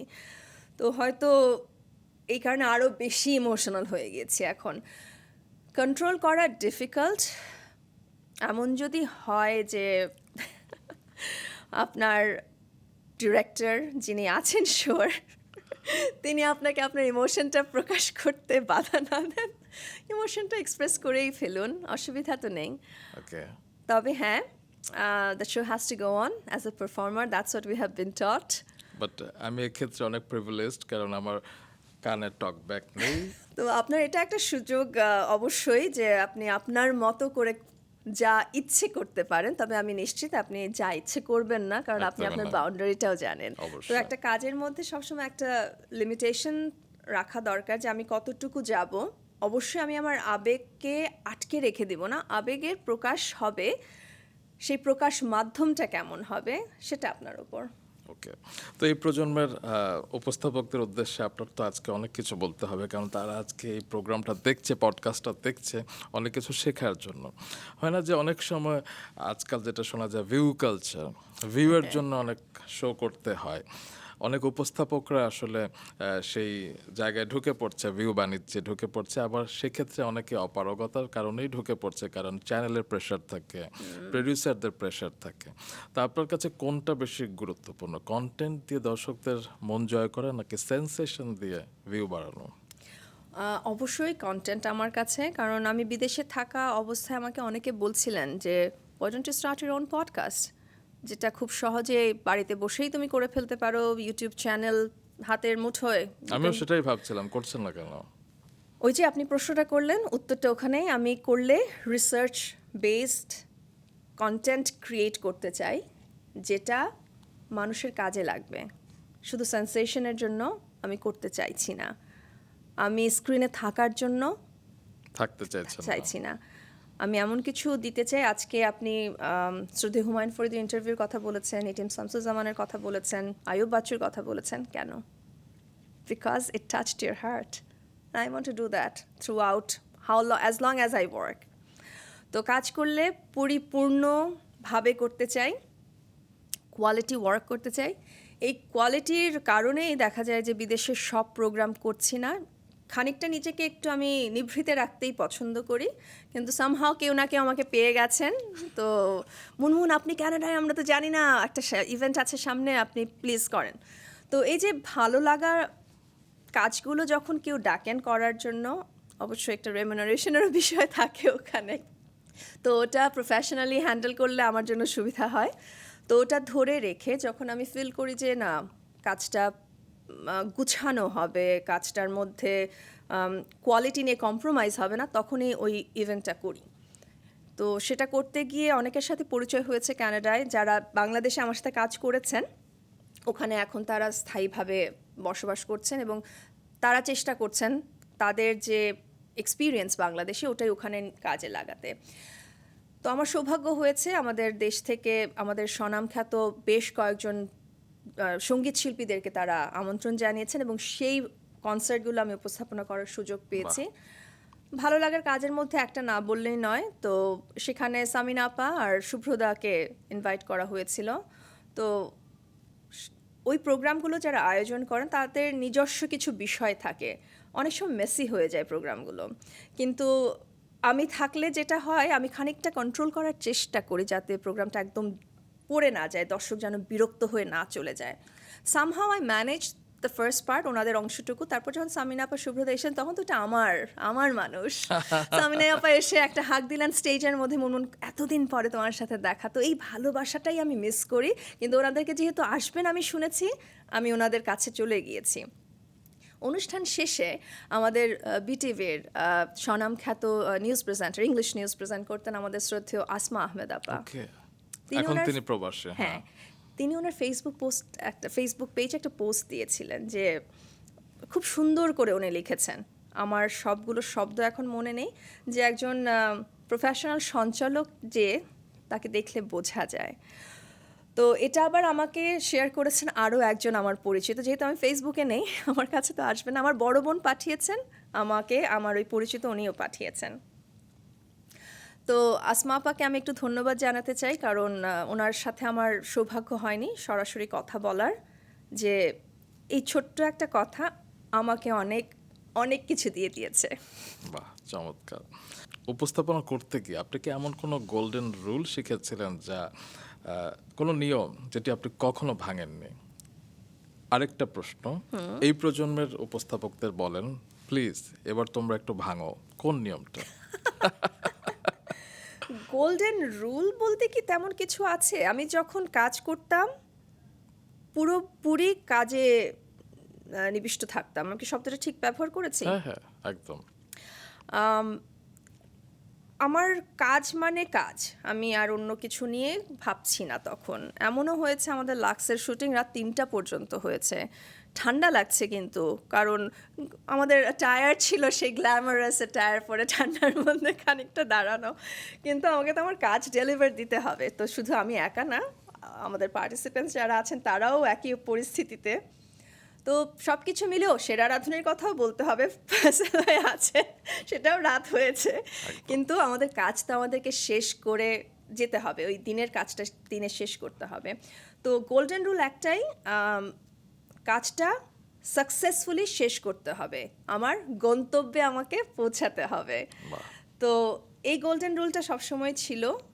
এখন হ্যাঁ, অনেক সময় অনেক বাধা পাচ্ছিলাম, অনেক সময় মনে হচ্ছিল আর পারছি না, আর নিতে পারছি না, তখন একটু জাস্ট কুল ডাউন, কোথাও ঠান্ডা, কোথাও কোয়াইট একটা জায়গায় গিয়ে খানিকটা চোখ বন্ধ করে একটা জাস্ট রেস্ট নিয়ে নিতাম, যে এনার্জিটা যেন আবার রিভাইভ করে। ওটা আমাকে খুব সাহায্য করতো। আর এখনের প্রজন্মকে ভাঙতে বলবো, ভাঙতে বললে আমার মনে হয় একটা কথা আমাকে মাঝে মাঝে নেভিল ভাই বলতেন লাক্সের সময়, ডোন্ট বি ইয়োরসেলফ। ওয়াই? কারণ অনেক সময় কিছু জড়তা থাকে আমাদের, ওই জড়তাটা আমার কাজের মধ্যে প্রকাশ পেয়ে যায়। ওপেন আপ, ওইটাই ভেঙে ফেলেন, ওই জড়তাটাকে ভেঙে ফেলেন। ওয়াও। তো মনে হয় তখনই কাজটা আরও বেশি আপনি স্বতঃস্ফূর্তভাবে করতে পারবেন। তবে হ্যাঁ, আপনি কি করছেন সেটা নিয়ে আপনাকে তৈরি থাকতে হবে। আমার একটা এক্সপিরিয়েন্স মনে আছে লাক্সের, আমাদের কোনো একটা রাউন্ড ছিল ডান্স রাউন্ড, তো শ্রদ্ধেয় শিবলি মোহাম্মদ ওটার গেস্ট জাজ হিসেবে ছিলেন। তো আমাকে বলা হয়েছে, মুনমুন তুমি তো নাচ করো, তুমি কি একটা পারফরমেন্স করবে নাকি? তো আমি তো ভীষণ খুশি, আমি ডান্সটা খুবই পছন্দ করি। হ্যাঁ, আমি বুলবুল ললিত কলায় নাচ শিখেছি, কিন্তু প্রফেশনাল লেভেলে গিয়ে আমি কখনো পারফর্ম করিনি। শুধু মেরিল প্রথম আলোতে সালসা করেছিলেন। তাও হয়েছে কিনা আমি জানি না। দুর্দান্ত। তো শিবলি মোহাম্মদ, ওনাকে তো আমরা শিবলি ভাই ডাকি, তো স্যার বলা উচিত। ওনার কাছে গিয়েও অনেক কিছু শেখার আছে আমার। তো ওনার বাড়িতে গিয়ে আমি বোধহয় 2 দিন গিয়ে রিহার্সাল করে এসেছি, জাস্ট ওই পারফরমেন্সের জন্য। তো যখন আমাদের শুটিংয়ের দিন শুটিং শুরু হলো, ফার্স্টে তো আমার পারফরমেন্সটা দিয়ে শুরু হবে, তারপরে আমি গিয়ে ইন্ট্রোটা দিব। তো নাচ তো প্র্যাকটিস করে এসেছি, করে ফেলেছি, তারপর তো হাঁপানো শুরু হয়ে গেছে ইন্ট্রোটা দেওয়ার সময়। তখন গিয়ে বুঝতে পারছি যে একটু দম নিতে ইয়ে হচ্ছে, মানে আমার নাচটা শেষ করে টার্ন করে ইন্ট্রোটা দিব, এরকম একটা বিষয় ছিল। কাট করেও করা যাচ্ছে, কিন্তু আমি চাচ্ছিলাম ওই ফ্লোতে আমি এটা করতে চাই। তো প্রথমবার একটু কোনো একটা জায়গায় আমি আটকে যাচ্ছিলাম, দ্বিতীয়বার আরেকটা টেক নিতে রিকোয়েস্ট করলাম, দ্বিতীয়বারও একই জায়গায় থেমে যাচ্ছি। তা আমি বললাম আমাকে একটু সময় দেন, জাস্ট ওই যে বললাম একটা কোয়াইট জায়গায় আমি জাস্ট কিছুক্ষণ নিজেকে শান্ত করলাম, কারণ নাচের পরে একটু ইয়ে হচ্ছিল, হার্টবিট বেড়ে গিয়েছে। তো সব কিছু মিলে নিজেকে যখন কুল ডাউন করে when I was ready, আমি জাস্ট ক্যামেরার সামনে গিয়ে বললাম আই এম রেডি নাও, চলেন। এবং ওটা এক টেকে হয়ে গিয়েছে, ওয়াও, বেশ লম্বা একটা ইন্ট্রো ছিল। তো তখন যিনি আমাদের আইদার আপু মানে মার্কেটিং টিমের একজন ছিলেন অথবা ড্রেসের কোনো দায়িত্ব ছিল, আমার এখন মনে নেই, উনি বললেন Munmun I really admired that you knew what you had to do, you took your time এবং তুমি ডেলিভার করেছো। তো এই যে ছোট্ট ছোট্ট অ্যাপ্রিসিয়েশনগুলা খুব ভালো লাগে। এখন ছোট্ট ছোট্ট কিছু টিপস দিন। অনেক সময় হয় না যে শিল্পীরা খুব একটা ভালো গান করতে পারলো না, আমি হোস্ট, কিন্তু গান শেষে কি বলবো, খুব ভালো হয়েছে। আমার সৌভাগ্য হয়েছে বিভিন্ন গানের একটু পেছনের গল্পগুলো জানার, কারণ আমার মেজো বোন রেজনা মালিক শাম্মী, উনি নজরুল বুলবুল ললিত কলা একাডেমি থেকে নজরুল সঙ্গীতের উপর গোল্ড মেডেল পাওয়া, তবু আপনি তরঙ্গ ললিত এবং কলা। আমি তরঙ্গ ললিত কলা চিত্রা থেকে সুলতানার চিত্রা কাছে। আন্টির আন্ডারে ছিলাম। তো আপু যখন গান গাইতেন, আমাদের উস্তাদ রশিদুন নবী স্যার, তো স্যারের সান্নিধ্যে থেকে অনেক কিছু শিখেছি, জেনেছি, নজরুল সম্পর্কে জেনেছি। তো যখন রবীন্দ্রনাথেরও কোনো প্রোগ্রাম করতে হয়েছে, রবীন্দ্রনাথ নিয়ে পড়ে এসেছি। তো যখন ওরকম কোনো সিচুয়েশন হয়েছে, আমি চলে যেতাম রিসার্চে যে এই গানটার অর্থ এরকম জেনেছিলাম। তো আপনি যখন গানটা প্রথম গেয়েছেন Wow. কি মনে হয়েছে? তো আমার তো সবসময় প্রয়োজন নেই বলার গানটা অনেক সুন্দর হয়েছে। হোস্ট যদি গেস্টকে পছন্দ না করে তাহলে সেই সম্মানটুকু অনেক সময় দেয় না, কিংবা সেভাবে তারা কথা বলে না, এক্ষেত্রে আসলে কি করা উচিত? কম্পার্টমেন্টালাইজ করতে হবে চিন্তাকে। এটা আবার লাক্স থেকে শিখেছি আমাদের ড্রামা ক্লাসের ইয়ের সময়, লেসনটাদের সময়। ওনার নামটা তো আমি ভুলে গেলাম। স্যার উনি আমাদেরকে বলছিলেন কাজ করার ক্ষেত্রে ব্রেনটাকে কম্পার্টমেন্টালাইজ করতে হবে। হতে পারে আমি আমার অতিথিকে অত পছন্দ করি না, ওনার পার্সোনাল লাইফে কী হচ্ছে that shouldn't matter, that shouldn't bother me. আমি এসেছি যে কাজে, আমি আমার দায়িত্বটা পালন করব। তো ওই কম্পার্টমেন্টালাইজ করে তখন আমাকে আমার গন্তব্যে পৌঁছাতে হবে। আজকে আমাদের শোয়ের নাম গন্তব্য। একদম একদম একদম, গন্তব্যে যে কখন যাব, কারণ শেখার তো আসলে অনেক কিছু আছে। ঠিক। আমি যেমন? কিন্তু দেখেছেন আমি কিন্তু বিভিন্ন জায়গা থেকে আমার শিক্ষাগুলোকে নিয়ে এসে আপনার সাথে আজকে শেয়ার করছি। আপনি যে বিভিন্ন জায়গা থেকে ফুলগুলো নিয়ে আসলে বুকের ভেতরে রেখে দিয়েছেন, ফুলগুলো আসলে ছড়িয়ে ছিটিয়ে দেয়নি, মালা ছিঁড়ে যায়নি, আপনার ভেতরে এখনো আছে। যাই হোক, হয় না যে অনেক সময় কোনো অতিথিকে যখন আমরা আমন্ত্রণ জানাই, অনেক দর্শক আসলে, দর্শক সবাই অপেক্ষা করে বলবো না, অনেক দর্শক অপেক্ষা করে যে আমরা শুধু স্ক্যান্ডাল কিংবা একটু নেগেটিভ বিষয়গুলো নিয়ে তাকে অ্যাটাক করব। আবার আমি যেটা ফিল করি কিংবা অনেকে যেটা চায় যে আমি তার আলোকিত বিষয়গুলো তুলে ধরবো। অবশ্যই। তো এই ক্ষেত্রে আসলে যখন আমি তার আলোকিত বিষয়গুলোকে বেশি তুলে ধরি কিংবা পুরোটাই তুলে ধরি, তখন আসলে অনেক সময় বলা হয় যে হোস্ট গেস্টকে তৈলমর্দন করছে আর কি। হ্যাঁ। তো এক্ষেত্রে আসলে আপনি কি বলবেন যে হোস্টের আসলে কি করা উচিত? আপনি আমাকে এমনভাবে প্রশ্ন করছেন মনে হচ্ছে আমি ফিজিক্সের উত্তর দিচ্ছি, কিন্তু এখন একদম না, আপনি আমার থেকে হোস্টিং এর সিনিয়র এবং আপনার থেকে আজকে আমি শিখছি। আমি ওটা বলতে পারবো না একদম কিভাবে সেটা উত্তরটা দেওয়া ঠিক হবে। আমি যেটা ভাবছি যে স্কেল তো আছে একটা, সব কিছুর একটা স্কেল আছে, কোনো এক্সট্রিমে চলে গেলে স্কেলটা ভেঙে যেতে পারে। তো এক্সট্রিমে কোনোটাই যাওয়া যাবে না। ব্যালেন্সটা কোথায় খুঁজে পাবো সেটা নিজেকে উপলব্ধি করতে হবে। আমি এখন এই কফি মাগে একদম পুরোপুরি ভরে দিলাম, কোনো না কোনো সময় এটা পড়ে যাবেই, তখনই আর ভালো লাগছে না, তো পুরো টেবিলটা নষ্ট হলো, আমাদের শুটিংটা স্টপ করে মুছতে হবে, সে আমাদের প্রোডাকশন টিমকে ডাকতে হবে, দেখেন ওনারও এখানে একটা রোল চলে এলো ক্লিন করার জন্য। তো ব্যালেন্সটা রাখতে হবে। তো কাপটায় কতটুকু কফি দিলে সেটা ওভারফ্লো করবে না, আবার বেশি কম দিলে দেখতেও খারাপ লাগবে, আমি অতিথিকে কফি দিচ্ছি এত কম দিচ্ছি, অতিথি ভাবে কি হলো ওনারা এরকম কেন, ওটাও করা যাবে না। তো ব্যালেন্সটা আপনাকে উপলব্ধি করতে হবে। আমাদের প্রোডাকশন টিমকে তো শিখিয়ে দেওয়া হয়নি কফিটা ঠিক এতটুকু দিতে হবে, তিনি উপলব্ধি করেছেন। বাহ। ঠিক একইভাবে আমাদের হোস্ট হিসেবে ওই ব্যালেন্সটা নিজে থেকে উপলব্ধি করতে হবে। আব্বা সবসময় একটা কথা বলতেন, স্থান কাল পাত্র বুঝে কথা বলতে হবে। ওকে। তো যে পরিবেশে আমি আছি, আপনার আগের প্রশ্নের উত্তরটা এখানে চলে এলো, ওই পরিবেশে আমি কি ওনার ওই স্ক্যান্ডাল নিয়ে কথা বলার মতো পরিবেশে আছি সেটা বুঝতে হবে।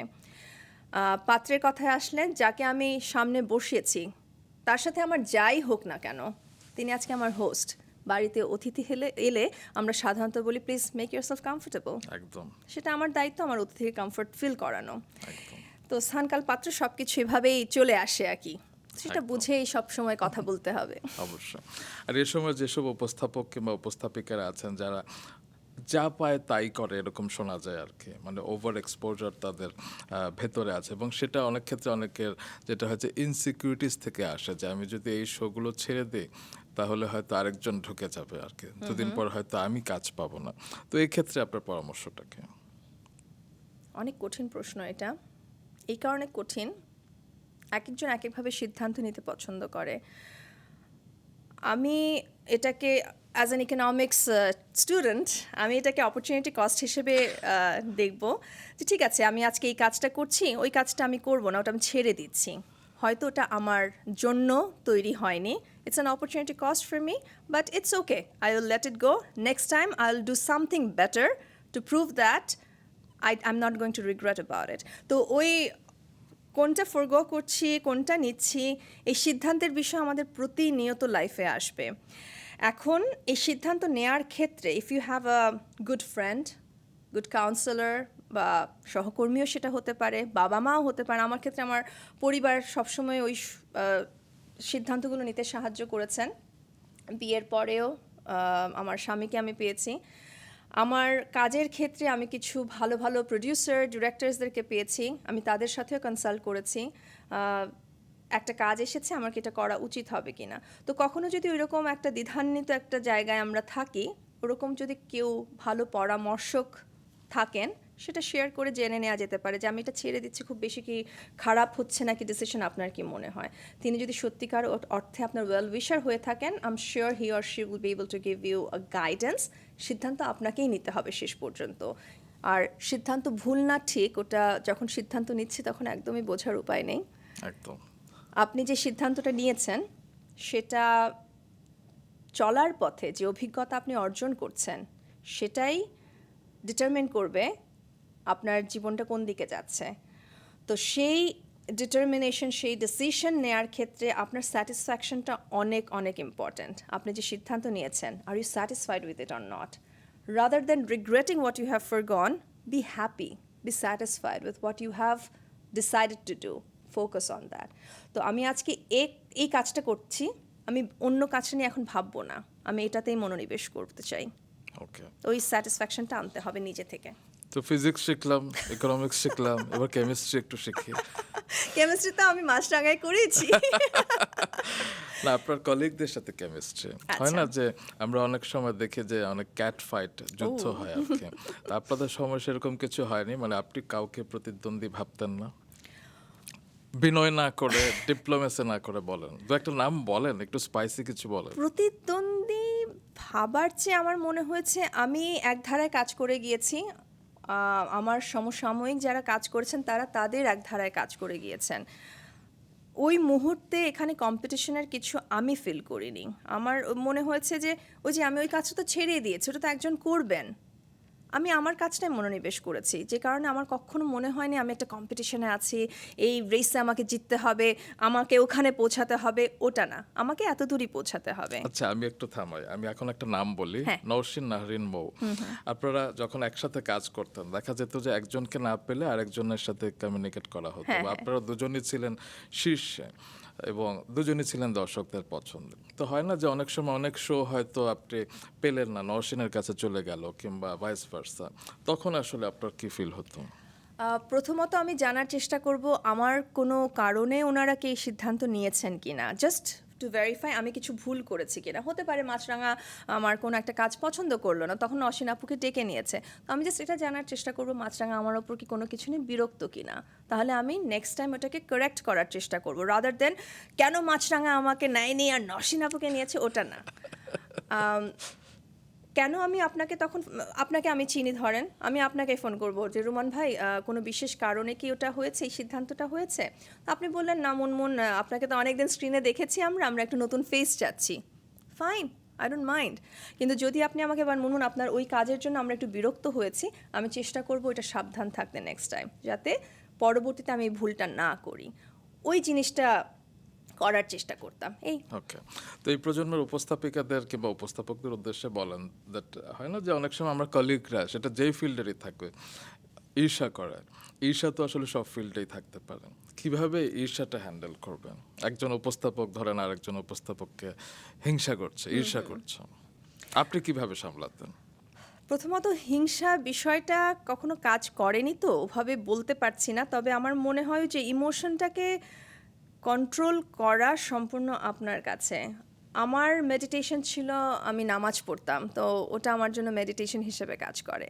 তো এখন যার মেডিটেশন যেটা, তিনি ওই মেডিটেশনে বসে নিজেকে কিভাবে শান্ত করতে পারেন, ওই হিংসা বিষয়টাকে কন্ট্রোল করতে পারেন, এটা তাকে বের করতে হবে।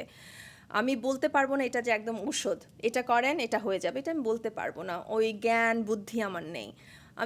আমি শুধু এতটুকু বলতে পারবো হিংসা না করে আমাকে যেন হিংসা করে আমি নিজেকে প্রস্তুত করব ওই জায়গায়। আমার মনে হয় সেটাই ভালো হবে। একদম। আচ্ছা, একটু আমাদের জন্য কিছু বলেন পুরুষ উপস্থাপকদের জন্য, কারণ আমরা দেখি ম্যাক্সিমাম শোতে শুধু নারীদেরই প্রাধান্য, অথচ আপনি দেশের বাইরে দেখেন অস্কারে বলেন কিংবা অ্যামি, গ্র্যামি, ফিল্মফেয়ার, জি সিনে, সব জায়গাতে পুরুষ উপস্থাপকদেরই আমরা দেখি আর কি। বাংলাদেশে এখনো কেন এই অবস্থার উত্তরণ হচ্ছে না? সেটা কি পুরুষ উপস্থাপকের অভাব নাকি তাদের সুযোগ পাওয়ার অভাব? দুটোই। মাঝে মাঝে মনে হয়েছে পুরুষ উপস্থাপকের অভাব, তবে এখন মনে হয় সেটা খানিকটা কমেছে। আমার কাছে একদম স্ট্যাটিস্টিক্স নেই এই মুহূর্তে কতজন পুরুষ এবং কতজন নারী উপস্থাপক উপস্থাপিকা আছেন। দ্বিতীয়ত হচ্ছে অনেক প্রোগ্রামে মানে আমাদের একটা স্টেরিওটাইপ বিষয় আছে, ফিমেল অ্যাঙ্কার লাগবে, Not Eye necessary. candy. হ্যাঁ, তো সব ক্ষেত্রে এটা নাও প্রযোজ্য হতে পারে, ওটা থেকে বেরিয়ে আসতে হবে। আশা করি খানিকটা বেরিয়ে এসেছেন, কারণ আমি বেশ কয়েকটা ইভেন্টে মেল অ্যাঙ্কারকে নাম প্রপোজ করেছি এবং ওনারা আনন্দের সাথে নিয়েছেন এবং পরবর্তীতে বলেছেন Munmun thank you for the reference. আপনি কি ইভেন্ট করতে চান, তাহলে আপনার নামটা এখন থেকে Please, পাঠাবো। please, please. তো ওই ক্ষেত্রে বলবো যে ওই যে চিন্তার জায়গাটাকে একটু পরিবর্তন করতে হবে, যারা আয়োজক, বা যাদের ব্র্যান্ডের ইভেন্টটা, যে কোম্পানির ইভেন্টটা, তাদের চিন্তার জায়গাটাকে একটু পরিবর্তন করতে হবে। আশা করি খানিকটা হয়েছে। ওকে, তো আপনি আমাকে এইমাত্র যে অফারটা দিলেন আমার তো ভিতরে এখন বাকবাকম করছে। আপনি অফার দিলে তো আমি অবশ্যই করব। এবার পাল্টা যদি আপনাকে আমি বলি, আমরা যদি আপনাকে অফার করি, বাংলাদেশ যদি আপনাকে অফার করে বিভিন্ন ইভেন্টে, বিভিন্ন অনুষ্ঠানে, আপনি করবেন? আমি তো সানন্দে করব, আই অ্যাম আ পারফর্মার। আপনাকে তো ধরা ছোঁয়াই যায় না। আমি দেশের বাইরে যখনই ওই যে সব কিছু যখন মিলছে আমার ইকুয়েশন, তখনই যখন কনসার্টগুলো উপস্থাপনা করছি, মঞ্চ মানে আমার ক্যানভাস। ওকে, আমি মঞ্চে পুরো ঘুরে বেড়াই, আমার আনন্দে আমি উপস্থাপনা করি, আমি এনজয় করি সেটা। বাংলাদেশে যখনই সুযোগ পাচ্ছি আসছি এবং সবসময় চেষ্টা করি যে সময়ের জন্যই আসি, যতই অল্প সময়ের জন্য আসি না কেন, আমি যাদের সাথে সব বরাবর কাজ করেছি তাদেরকে একটু জানাতে, যে আপনাকেও জানিয়েছি যে এত তারিখ থেকে, ওটা ফেব্রুয়ারিতে আমি আপনাকে বোধহয় এমন জানিয়েছি। ভাবে জানান মানে সময় চলে গেলে তারপর চলে আসেন।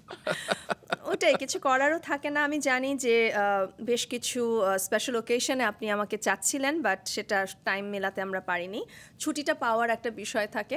তবে ওইটাই যেটা বললাম, আমি মানে আপনি অন রেখেছেন, আপনার হ্যাঁ। যদি সময় সুযোগ মিলে আপনি করবেন। এক্স্যাক্টলি। ওকে, খুশি হলাম।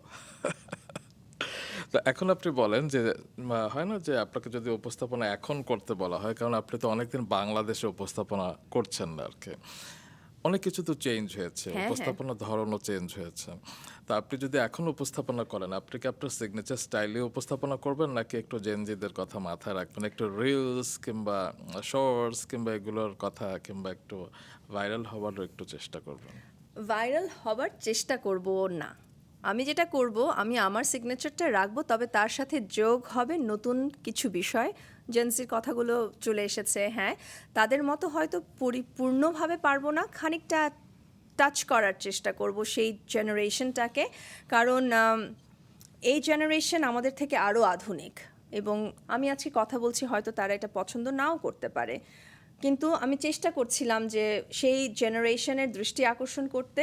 কারণ এখন অনেক কিছুই তাদের মতো করে তৈরি করা হচ্ছে, তাদেরকে টার্গেট করে তৈরি করা হচ্ছে। তো আমি যদি পরবর্তীতে কোনো অনুষ্ঠান করি, আমার চেষ্টা থাকবে তাদেরকেও ধরার। কারণ এখন আমার দর্শক যারা ছিলেন, তারা এখন মা বাবা হয়ে গিয়েছেন। তো তাদের সন্তান আমাকে দেখলে বলে, আমার মা আপনার অনেক ফ্যান ছিলেন। Okay. তো মজাই লাগে যে আমার দর্শকও বড় হয়েছেন, আমিও বড় হয়েছি। নতুন জেনারেশনের কাছে পৌঁছতে হলে নিজেকে খানিকটা পরিবর্তন করতেই হবে। আমি তার জন্য ওপেন মাইন্ডেড আছি, তবে আমি আমার নিজস্বতা কখনো হারাবো না। Great. আমি কিন্তু এই দুটো অ্যান্সারই এক্সপেক্ট করছিলাম এবং চাইছিলাম, কারণ সবারই আসলে সময়ের সাথে সাথে আপডেট হওয়া উচিত, অবশ্যই। 1 নম্বর। 2 নম্বর হচ্ছে স্বকীয়তা হারালে আসলে সেই মানুষটাই তো হারিয়ে গেল আর কি। আমি যদি পুরোপুরি বদলে ফেলি তাহলে আর কি থাকলো। ওইটাই। গতকাল রাঙা সকাল দেখছিলাম, এবং আপনি সেখানে একটি কথা বলেছিলেন যে আপনি যে বিষয়ে সেখানে পড়াশোনা করেছেন, মাস্টার্স করেছেন, আপনি পরবর্তীতে দেশে ফিরে আসবেন। হ্যাঁ। তো সেই প্ল্যানটা কি এখনো আছে? এই মুহূর্তে সেটা খানিকটা পরিবর্তন হয়েছে, কারণ তখন অস্ট্রেলিয়ায় ছিলাম। অস্ট্রেলিয়া থেকে বাংলাদেশ খুব কাছে ছিল, যে কোনো সময় উড়ে চলে আসতাম, খুব অল্প সময় উড়ে চলে আসতাম। আমি এমনও হয়েছে, আমি বোধহয় জাস্ট 3 রাত বাংলাদেশে থেকেছি, আবার চলে গিয়েছি। সেটা কবে? মোস্ট প্রবাবলি সেরা রাঁধুনির আমাদের ফিনালে ছিল, ওকে। ওরকম কিছু একটা সময়। আব্বাকে নিয়ে গিয়েছিলাম, 1 মাসের উপরে একটু আমার কাছে ছিলেন অস্ট্রেলিয়ায়। আবার আব্বাকে নিয়ে এসেছি, কারণ আব্বাকে একা তো আর ট্রাভেল করাতাম না। আব্বাকে ড্রপ করে আমি পরের দিন ফিনালের লাইভ শো ছিল আমাদের, সেটা করে আমি তার পরের দিন আবার চলে গিয়েছি। তো এরকমও গেছে। তো এটা অস্ট্রেলিয়া থাকাকালীন সম্ভব হয়েছে, যেহেতু কাছাকাছি। কানাডার জন্য একটু দূরেই হয়ে গেছে, একটু বেশি দূরে হয়ে গেছে। আই উইশ প্লেনটা যদি উল্টা দিক দিয়ে যেত আর কি, তাহলে কাছাকাছি হতো। কিংবা দূরত্বটা যদি একটু কমিয়ে আনা যেত। যাই হোক, এখন আমি কিছু লেখা পড়বো। অবশ্যই। না, যদি আপনি বিব্রত হন, তাহলে তো একটু ভয় পাচ্ছি এখন। একটু ভয় পাইয়ে দেই ও আপনাকে। ও শুনি। দর্শকদের কিছু মন্তব্য। বলেন, শুনছি, প্রস্তুত। রাঙা সকালের কমেন্ট বক্সে তারা লিখেছিলেন, বিবিসি জানালা মজায় মজায় শেখা দেখে ছোটবেলায় সিদ্ধান্ত নিয়েছিলাম রোমানা মালিক মুনমুনকেই বিয়ে করব। ও মাই গড। ভাগ্যবান সেই পুরুষ যিনি মুনমুনের স্বামী। মুনমুন আমার সাথে 2010-এ নর্থ সাউথ ইউনিভার্সিটিতে MBA এর একটা কোর্সে ক্লাসমেট ছিলেন। 3 ঘন্টার ক্লাসে 1.5 ঘন্টা পরে আমার ঘুম পেয়ে যেত, তবে তিনি ছিলেন ওই ক্লাসের সেরা ছাত্রী। আমি তার কথা শুনতে এসে অন্য কাজও করতে চেয়েছিলাম, কিন্তু পারিনি। মুনমুনের কথার মায়াজালে জড়িয়ে গেছি, চাইনি কথাগুলো শেষ হোক। আচ্ছা। Pure class. আরেকটি কমেন্ট হচ্ছে, এই প্রথম কমেন্ট বক্সে দেখলাম সবাই পজিটিভ মন্তব্য করছেন কাউকে নিয়ে। বাংলা সেরা উপস্থাপিকা। ওফ, এত সুন্দর করে কথা বলেন, আপনার কাছ থেকে যদি ট্রেনিং নেওয়ার সুযোগ পেতাম। Her presentation is so artistic, so unique. The way she talks is absolutely awesome. She is not only the proud of Sylhet, but also the proud of our country. Thank you. কি বলবেন, আমি তো মাত্র কয়েকটা pick করলাম। ওনারা যে ধৈর্য নিয়ে শুনছেন আমার কথা, ওটাই আমার জন্য অনেক বড় পাওয়া। কারণ হয় কি, আমাদের ফোকাসটা এখন কমে গিয়েছে, যে কোনো কাজের প্রতি ফোকাস কমে গিয়েছে। খুব অল্প সময়ের স্প্যান থাকে, তো তাদেরকে যদি ধরে রাখতে পারি আমার সার্থকতা। তো সেখানে আপনিও ছিলেন, লাবণ্যও ছিল। তো আমি তো আবারও ভাগ করে নিতে হবে কিন্তু আমাদের কৃতিত্ব। তবে আমি তো ইউটিউবের সেই পর্বের কমেন্ট বক্স থেকে মাত্র কয়েকটা কমেন্ট পড়লাম। ফেসবুকে আমি যখন দেখি প্রায়ই কিন্তু এরকম লেখা আসে, রোমানা মালিক মুনমুন কোথায়, রোমানা মালিক মুনমুনকে দেখতে আমি চাই। এখানে। তো ফেসবুকে আপনি তো কমেন্ট পড়তে পারেন না, কেন পারেন না, কেন নেই, সেটি আবার শুনতে চাই আসলে। মানে এতদিন ধরে কেউ সোশ্যাল নেটওয়ার্ক বিমুখ এই যুগে কিভাবে সম্ভব? অনেস্টলি ফেসবুকে অ্যাকাউন্ট না খোলার কারণে আমি আমার কাজে অনেক বেশি কনসেন্ট্রেট করতে পেরেছি। বাহ। কারণ ইদানিং যেটা হয়, ইদানিং না তখন থেকেই তো যখন কাজ করতাম, যার যখন যেটা ভালো লাগছে না কোনো একটা বিষয় নিয়ে ওনারা কমেন্ট করে ফেললেন, ওটা আমার মনে গেঁথে যেত এবং বদার করতো। তো আমি ওই জিনিসটা চাইতাম না। হ্যাঁ, কনস্ট্রাকটিভ ফিডব্যাক নিতে আমি রাজি আছি। আপনি রুমান ভাই আমাকে বলতে পারেন, মুনমুন আপনার বোধহয় এই কাজটা এভাবে না করে ওভাবে করলে ভালো হতো, এটা আমার মাথায় রয়ে যাবে এবং আমি পরবর্তী কাজে এটা চেষ্টা করব ভুলটা না করার। I am open to constructive feedback or any opinion, কিন্তু সেখানে যদি শুধুমাত্র বলা হয় এটা একদমই বাজে ছিল, বকওয়াস। হ্যাঁ, তো ওগুলো বললে কি হয় একজন আর্টিস্টের জন্য ওটা মনে গেঁথে যায়, তখন কনফিডেন্স লেভেলটা ফল করে। অনেক সময় অনেকের ক্ষেত্রে ডিপ্রেশনে কেউ চলে যেতে পারে। তো ওই অংশটা আমার একদম বন্ধ থাকায় আমি আমার কাজে মনোনিবেশ করতে পেরেছি এবং তার জন্য I am thankful I took a right decision, I didn't open a Facebook account. I wish আমরাও পারতাম, কারণ আসলে ফেসবুক অনেক সময় খুব টক্সিক লাগে। কিন্তু ইদানিং আপনার সোশ্যাল মিডিয়া অ্যাক্টিভ না থাকলেও হচ্ছে না, সেটা কাজের প্রয়োজনে কাজের লাগে। প্রয়োজনে। তো ওটাই, আপনি সোশ্যাল মিডিয়াকে যদি পজিটিভ কাজে লাগিয়ে বেনিফিটেড হতে পারেন, পারফেক্ট। সেটার জন্য তো আসলে সোশ্যাল নেটওয়ার্ক হয়েছিল, কিন্তু আমরা সেটা Exactly. মিস ইউজ করছি আজকে। আনফরচুনেটলি। আমরা একটু লাক্স চ্যানেলের সুপারস্টার প্রসঙ্গে আসি, কারণ আপনার নামের পাশে লাক্স সুপারস্টার শব্দটা কিন্তু এখনো রয়ে গেছে হ্যাঁ। এবং সারা জীবন থাকবে।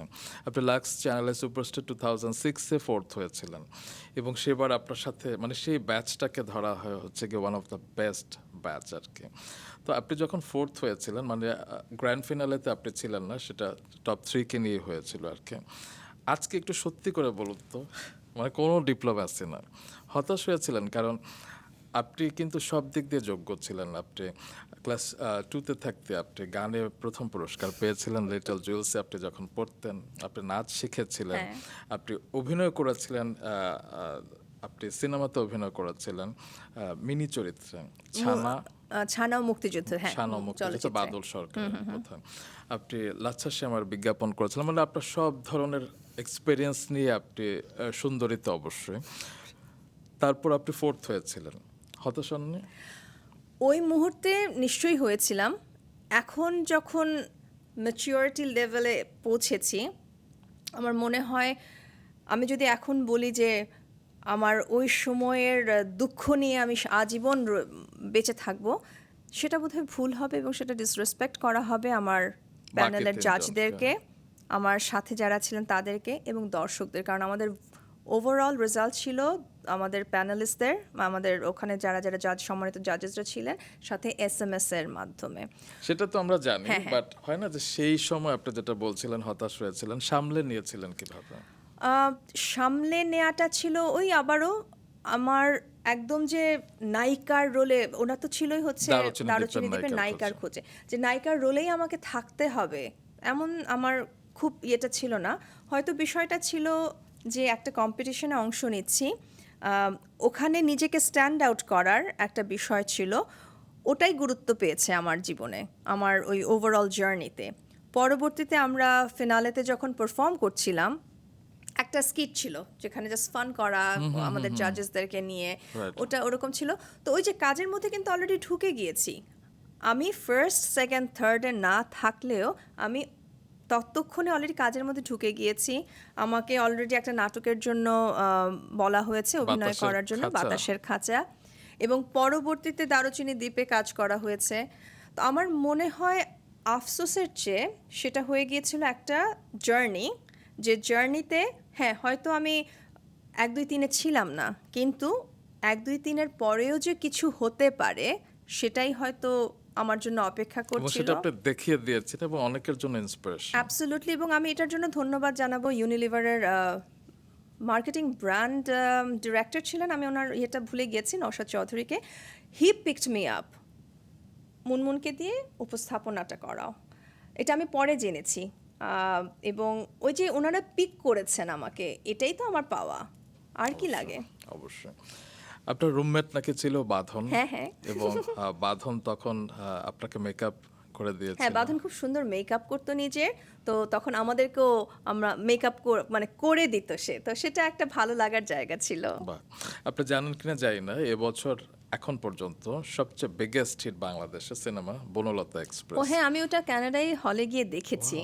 এবং সেই সিনেমায় আপনার যেই দুইজন আপনার সাথে ছিলেন, যাকে এবারে মমো হ্যাঁ, এবং হ্যাঁ। আজমেরি হক বাঁধন, তারা দুজনে অভিনয় করেছে। খুব ভালো কাজ করেছে তারা। আবার রটারডাম ফিল্ম ফেস্টিভ্যালে বাংলাদেশের একটি ছবি পুরস্কৃত হয়েছে, মাস্টার বলে একটা ছবি, সেই ছবিতেও আছে যাকে এবারে মমো এবং আজমেরি হক বাঁধন। আচ্ছা, এটা আমি দেখিনি এখনো। এটা এখনো রিলিজ হয়নি, ও। ওটা ফেস্টিভ্যালে গিয়েছে। আচ্ছা। আর আমাদের এই শোতে আফসানারা বিন্দু এসেছিল এবং তার সেই পর্বটি ছিল one of the most viewed episode. তো আপনার সমসাময়িক এই যে মমো বিন্দু বাঁধন এত ভালো করছে এখন, আপনার কখনো আফসোস হয় না যে আপনি এই জায়গাটা ছেড়ে গিয়েছেন? না, কারণ ওই যে আমি যখন সিদ্ধান্ত নিয়েছি, দুটো রাস্তা ছিল আমার। একটা রাস্তা বাংলাদেশে থেকে যাওয়া, কাজ করে এগিয়ে যাওয়া। সেকেন্ডটা হচ্ছে আমি সব কিছু ছেড়ে আমার হাজব্যান্ডকে সাপোর্ট করা, কারণ তখন তার পিএইচডির জন্য আমাকে অস্ট্রেলিয়া পাড়ি জমাতে হয়েছে। তো সিদ্ধান্ত তখন যেটা নিয়েছি, সেই সিদ্ধান্তে আমি ছিলাম। এবং আমি এটাকে এভাবে দেখি, যে অপশনটা আমি বেছে নিয়েছি, যে পথটা আমি বেছে নিয়েছি, ওই পথে চলার সময় যে অভিজ্ঞতা অর্জন করেছি, সেটা আমার গন্তব্যটাকে অন্যভাবে আমার সামনে উপস্থাপন করেছে, এবং I am thankful for that. তো আমার কখনোই আফসোস আমি বলবো না, আমি বলবো যে বিভিন্ন সময় বিভিন্ন ক্ষেত্রে যখন যেভাবে আমি নিজেকে আরও বেশি সমৃদ্ধ করতে পারবো, আমি সেই সিদ্ধান্তটাই নেব এবং নিয়েছি। বাহ, চমৎকার। তো উপস্থাপক হিসেবে তো আপনার দীর্ঘদিনের জানি লাক্স চ্যানেলে সুপারস্টারের কথা যদি বলি, 4 থেকে 5 বার আপনি হোস্টিং করেছেন, অনেককে আপনি উঠতে দেখেছেন, এবং যারা এখন রীতিমতো দাপিয়ে বেড়াচ্ছে আমাদের ইন্ডাস্ট্রি, হ্যাঁ। যেমন আমি যদি মেহজাবিন চৌধুরীর কথা বলি, অবশ্যই। তার শুরুটা তো আপনি দেখেছেন, কেমন দেখেছিলেন এবং এখন কিভাবে দেখছেন? শুরু থেকেই সে নিজেকে এতটা সুন্দরভাবে প্রেজেন্ট করেছে, খুব স্বাভাবিকভাবে এটাই এক্সপেক্টেড ছিল তার থেকে, এবং সে সেটা প্রমাণও করেছে। তো তার জন্য অনেক অনেক শুভকামনা, আজকে এই প্ল্যাটফর্মের মাধ্যমে তাকে শুভকামনাটা জানাতে চাই, কারণ সোশ্যাল মিডিয়াতে আমি নেই, তাকে জানাতে পারছি না। এবং আপনি যখন প্রথমবার লাক্স চ্যানেলে সুপারস্টার উপস্থাপনা করেছিলেন, সেবার প্রথম হয়েছিল বিদ্যা সিনহা মিম। হ্যাঁ, হ্যাঁ। তাকে আপনি কিভাবে দেখেছেন এবং সেই জার্নিটা নিয়ে কি বলবেন? মিমের সাথেও জার্নিটা চমৎকার ছিল, এবং হয় না যে ওই শুটিং চলাকালীন আপনি কিন্তু বুঝতে পারেন কে কতটুকু এফর্ট দিচ্ছে, এবং সেই এফর্টের ফল সে পাবে। এবং যে দুজনের নাম আপনি নিয়েছেন, তারা দুজনেই সম্পূর্ণভাবে নিজেকে তৈরি করেছে, এবং আজকে ওই প্ল্যাটফর্মটায় তারা নিজেকে নিয়ে গিয়েছে সাকসেসফুলি। তো আমার সুযোগ হয়েছিল মিমের মায়ের সাথেও পরিচিত হওয়ার। আন্টি প্রচণ্ড আদর করতেন, তো আন্টিকেও শুভেচ্ছা জানাতে চাই। শ্রদ্ধেয় ছবি সাহা। হ্যাঁ হ্যাঁ। তো সব কিছু মিলিয়ে বলছি না যে একটা ফ্যামিলির মতো হয়ে যায়, তো আমাদের সবার সাথে সবার সম্পর্ক, তারা কাজ করছে, এটাই ভালো লাগা, এবং এত সুন্দরভাবে কাজগুলো করে যাচ্ছে। একদম।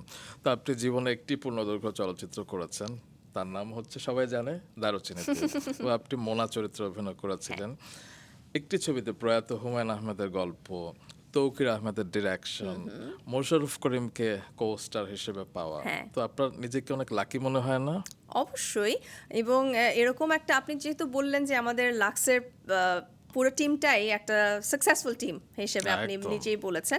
তো এই পুরো টিমকে, আমাদের তো সবারই ডেবিউ হয়েছে ওটার মধ্য দিয়ে, তো এই পুরো টিম আজকে এই পর্যায়ে এসেছে, যে যার ক্ষেত্রেই কাজ করছি আমরা, ভালো লাগা তো অবশ্যই কাজ করবে, এবং বলতেও ভালো লাগছে যে একসাথে আমাদের জার্নিটা শুরু হয়েছে। ওকে।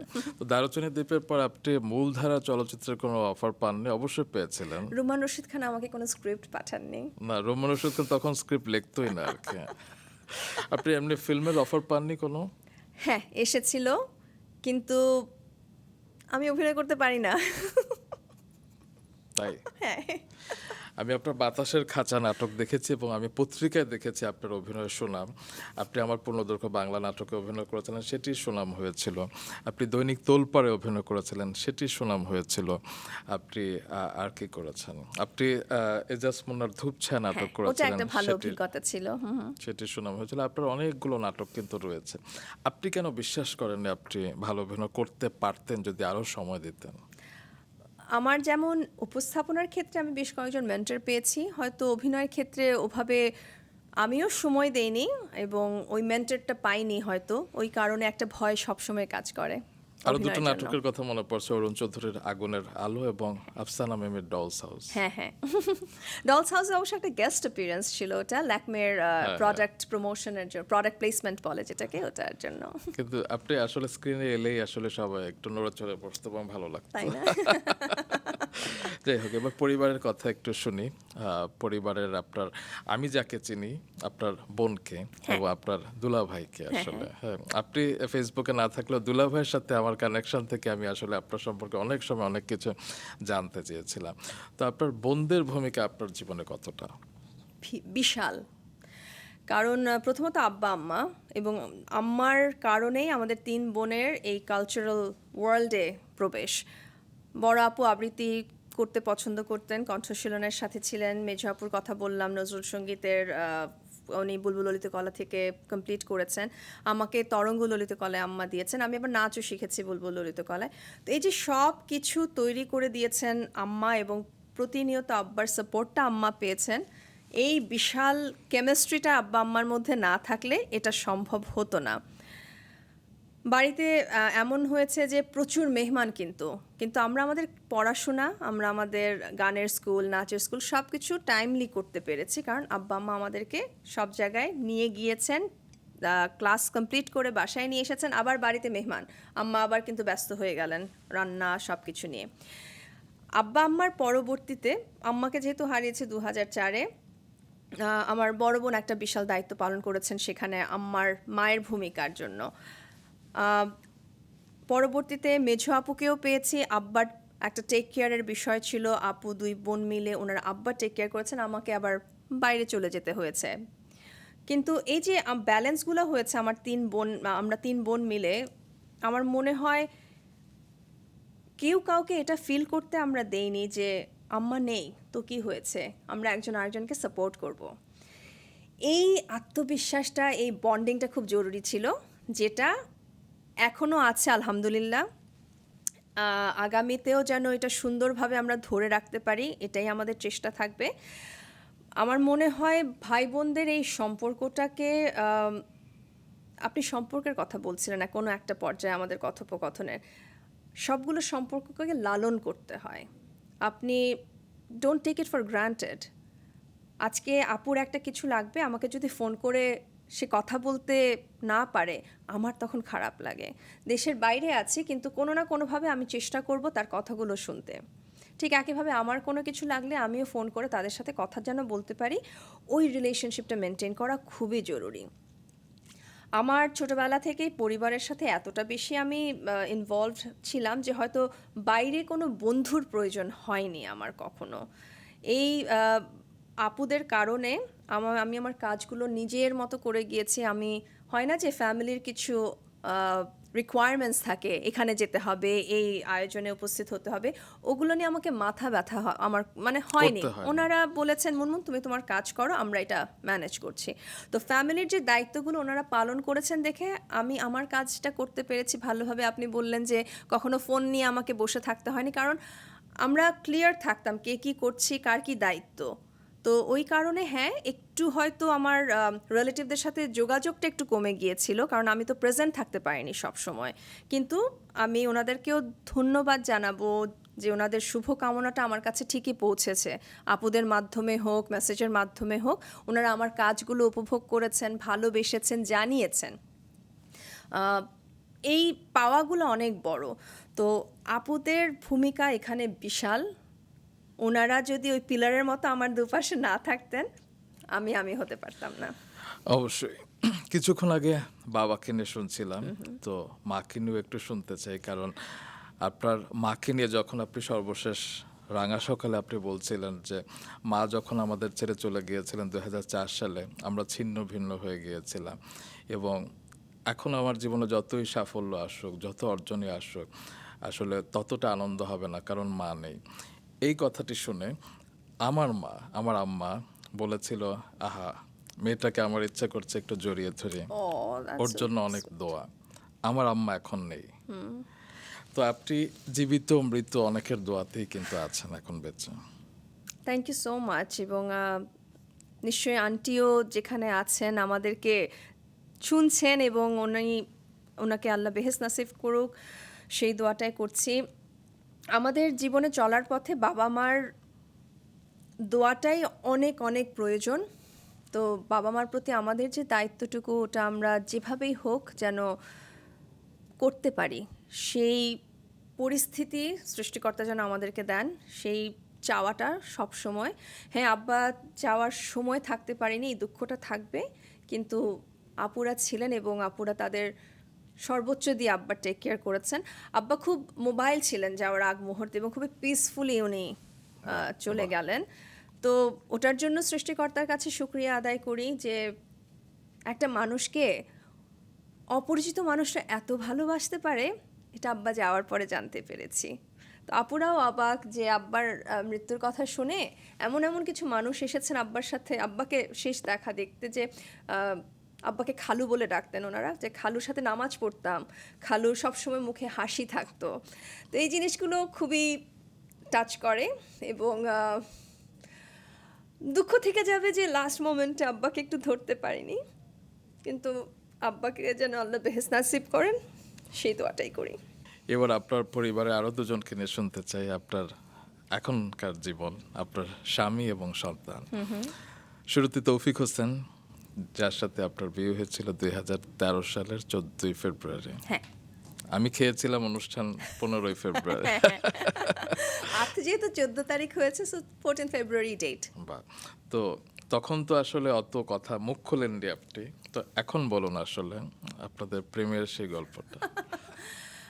তৌফিকের সাথে আমার পরিচয় নর্থ সাউথ ইউনিভার্সিটিতে। আপনার ক্লাসমেট ছিলেন? হ্যাঁ, ক্লাসমেট ছিলাম, তবে ও 2 সেমেস্টার আগে ঢুকেছে। কিন্তু যেটা হয় যে ইউনিভার্সিটিতে আপনার কোনো না কোনোভাবে সাবজেক্ট তো মিলেই যায়, তো সেই সুবাদে ক্লাসমেট অবশ্যই। এবং আমার মজা লাগতো, অনেকে, ও তো যখন বিয়ে হয়েছে ও তখন অলরেডি লেকচারার হিসেবে জয়েন করেছে নর্থ সাউথে। আপনি কি আপনার টিচারকে বিয়ে করেছেন? আমাকে অনেকে হ্যাঁ, প্রশ্ন অনেকেই করতেন। প্রশ্ন করতো। আর থ্যাংক ইউ, আপনি ওর নামটা ঠিক মতো বলেছেন, কারণ দেখা যায় যে তৌফিক এত সুন্দর একটা অ্যারাবিক হ্যাঁ, ওয়ার্ড, অনেকে right. এটাকে অনেক কিছু বানিয়ে ফেলেন। ওকে। তো তো তো সরি, আপনারা আপনি যেহেতু বলছিলেন। দুজনেই ভালো মানুষ এবং আমি দেখেছি, তো দাম্পত্য জীবনের জন্য কিছু টিপস দিয়ে যান। আমার মনে হয় ও আমাকে যতটা স্পেস দিয়েছে, মানে আমরা দুজনে দুজনকে একটা স্পেস দিয়েছি, যে কারণে ওই সংকটগুলো তৈরি হয়নি। ও জানতো আমার কাজ থাকবে এতটা থেকে এতটা, খুব স্বাভাবিকভাবে একটা নিউজ যদি ছাপা হয় মুনমুনের সাথে এই এই এই, ও বিরক্ত হবে। ও জানে মুনমুন ওরকম না। আমার এখানে একটা এক্সাম্পল দিতে খুব ইচ্ছে করছে। বলুন না। আমাদের খুব পরিচিত একজন সেলিব্রিটি, নাম না নেই, তার সাথে আমি উপস্থাপনা করছিলাম। তো তিনি আমাকে বলছিলেন যে মুনমুন, আমার স্ত্রী জানে যে আজকে তোমার সাথে তোমার সাথে উপস্থাপনা করছি, that's she is not worried. Okay. তো ওই আস্থাটা যে সবার মধ্যে আছে, তার জন্য আম থ্যাঙ্কফুল। আমার হাজব্যান্ডও জানেন যে যদি কোনো রকম কিছু বাজে কথা আসেও, মুনমুন ওটা করেনি। তো আচ্ছা। ওই বিশ্বাসের জায়গাটা। সেটা তো বিয়ের পরে, বিয়ের আগেও আপনাকে নিয়ে কখনো এ ধরনের রিউমার আমি শুনিনি কেন? কারণ রিমার হওয়ার মতো কিছু হয়নি। মানে যা রটে তার কিছু হলেও ঘটে, এমনি এমনি ঘটে না, আহ, এমনি এমনি রটে না। এত কঠিনভাবে বললে উত্তর দিতে পারবো না। তবে যেটা হয়েছে যে পরিচয় হলেও বাবা মার পারমিশন ছাড়া তো আর এগোবো না, ওটা ওনারাও জানে। তো বাসা থেকে একদম স্ট্রিক্ট ইয়ে ছিল যে পড়া শেষ করতে হবে।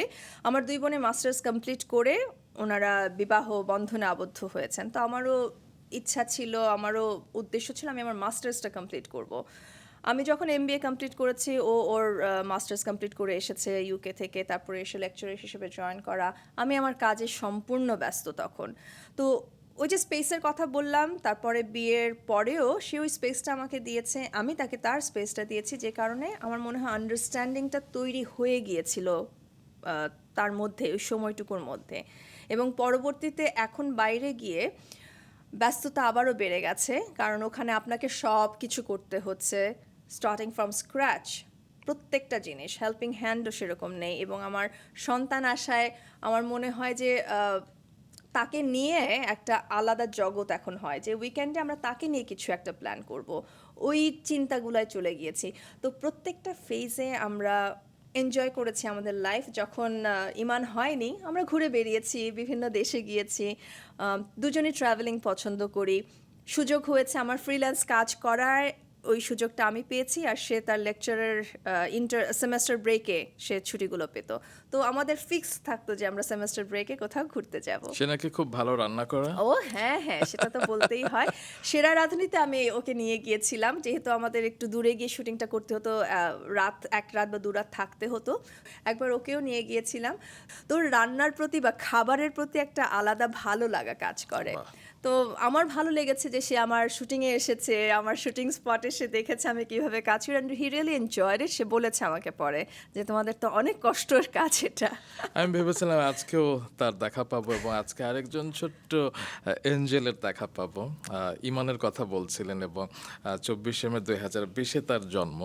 তো সেদিন থেকে যদি আজকের দিন হিসাব করে 2232 দিন, তো এই 2232 দিনের মাদারহুডের জার্নিকে আপনি কিভাবে ব্যাখ্যা করবেন? প্রথমত ইমান হলে এখানে বলতো মামা হোয়াটস দ্যাট নাম্বার, মানে ও এখনো 1 থেকে 10 পর্যন্ত সুন্দরভাবে বলে ফেলে বাংলায়। ওকে বাংলা ছড়া শিখিয়েছি, তো ওটার গল্প পরে বলছি, আপনার উত্তরটা দিচ্ছি।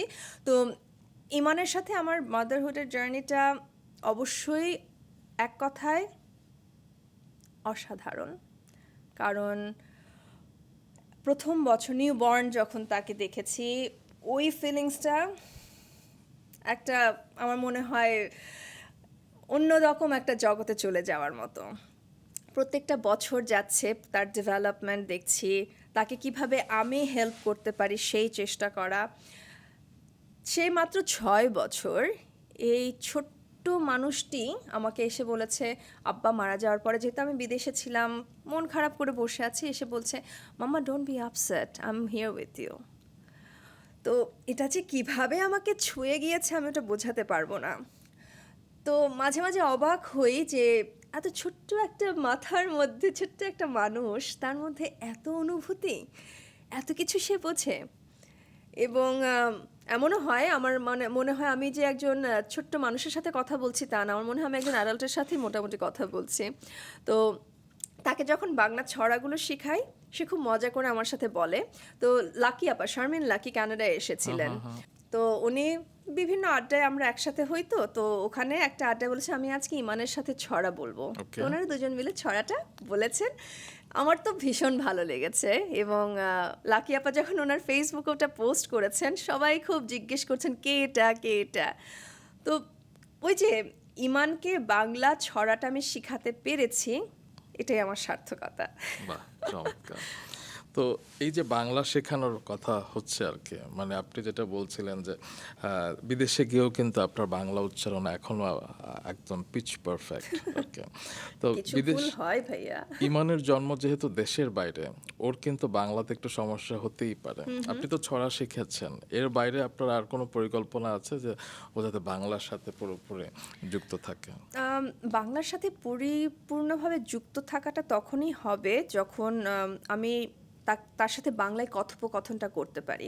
তফিক তফিক সবসময় যে কথাটা বলে যে আমাদের নিজস্ব কিছু জোকস আছে, তো আমরা যেটা নিজের ভাষায় জোকসগুলো করতে স্বাচ্ছন্দ্য বোধ করি। তো আমি যদি আমার মেয়ের সাথে ওই জোকসগুলো না করতে পারি, তাহলে তার হলো না।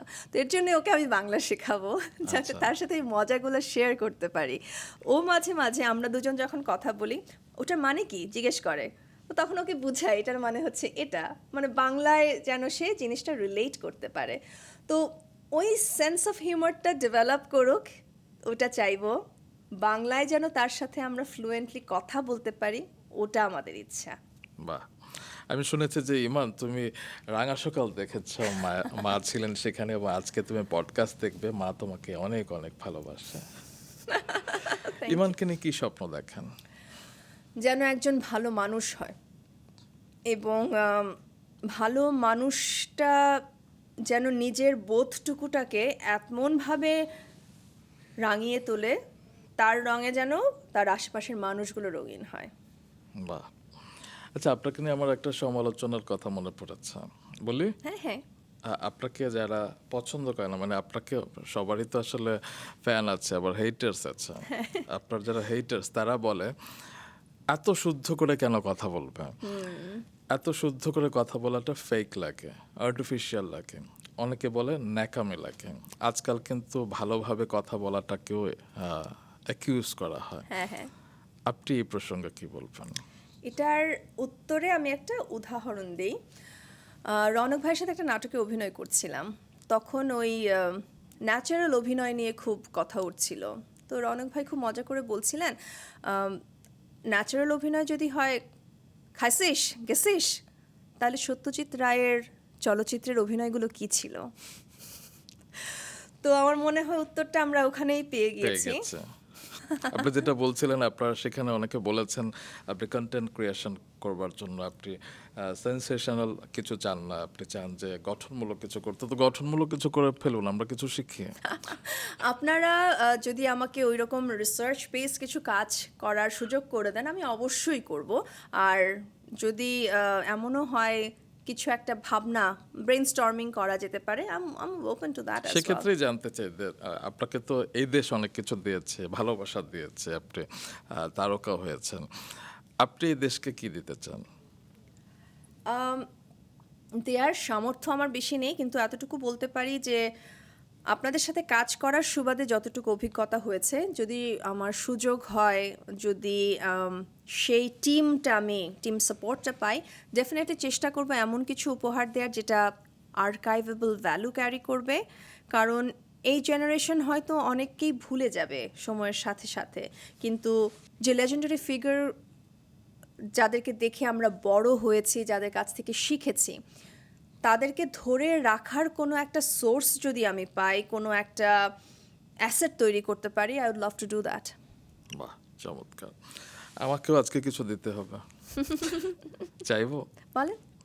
এত সুন্দর কণ্ঠ, এত সুন্দর উচ্চারণ, আজকে তো একটি আবৃত্তি শুনতে চাই। বাপরে, আবৃত্তি বললে তো ভুল হবে, আমি আবৃত্তি কখনোই ওভাবে করিনি।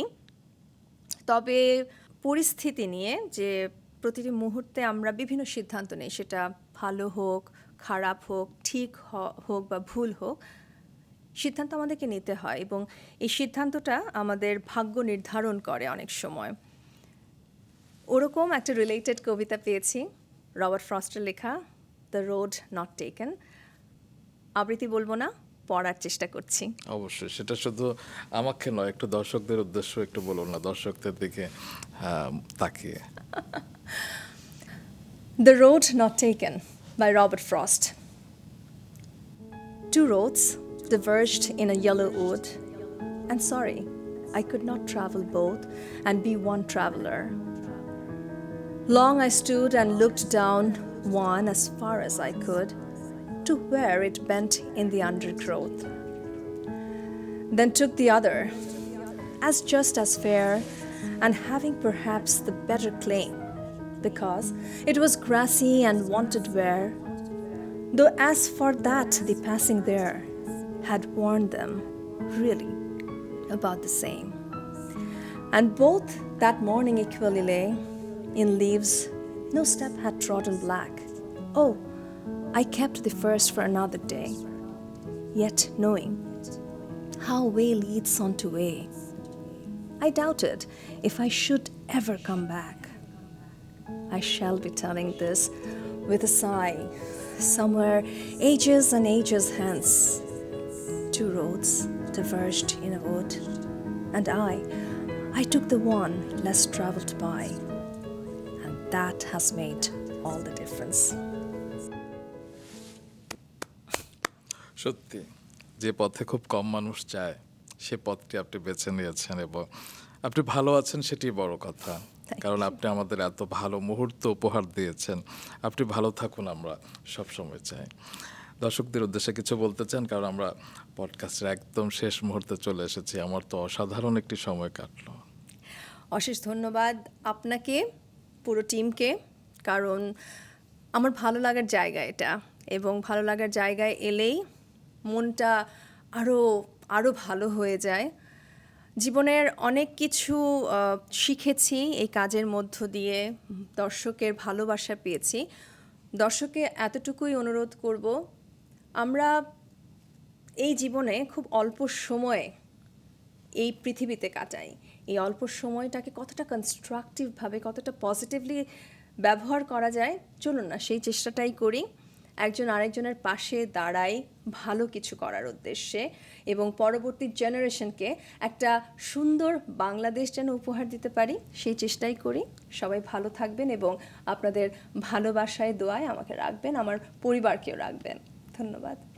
ভালো থাকবেন মুনমুন, আবার কবে দেখা হবে জানি না, ততক্ষণ পর্যন্ত ভালো থাকবেন। অশেষ ধন্যবাদ। আমি একটু দর্শকদের কাছ থেকে বিদায় নিয়ে আসি। শিওর। কিছু মানুষ চৈত্র দিনের রোদ্দুরে এক পশলা বৃষ্টির মতো আমাদের জীবনে আসেন। কিছু কণ্ঠ অনুষ্ঠানের গণ্ডি পেরিয়ে আমাদের বসার ঘরে, আমাদের চায়ের কাপে আর আমাদের যাপিত জীবনের গল্পে এমনভাবে মিশে যান যেন মনে হয় খুব চেনা, খুব আপন কেউ। রোমানা মালিক মুনমুনও ঠিক তেমনই। এত বছর পর তার সাথে দেখা, অথচ দেখুন তিনি সে আগের মতোই আছেন, জলের মতো স্বচ্ছ, নদীর মতো গভীর, আকাশের মতো অসীম। ভীষণ ইতিবাচক রোমানা মালিক মুনমুনের সাথে আমার সময় তো দারুণ কাটলো। আমি নিশ্চিত আপনারও মুগ্ধ হয়েছেন, জানাবেন কিন্তু। আসছে শনিবার রাত 9টায় আবার দেখা হচ্ছে। ততক্ষণ পর্যন্ত ভালো থাকুন আর নিজের ভেতরের আলোটাকে জ্বালিয়ে রাখুন। বিদায়।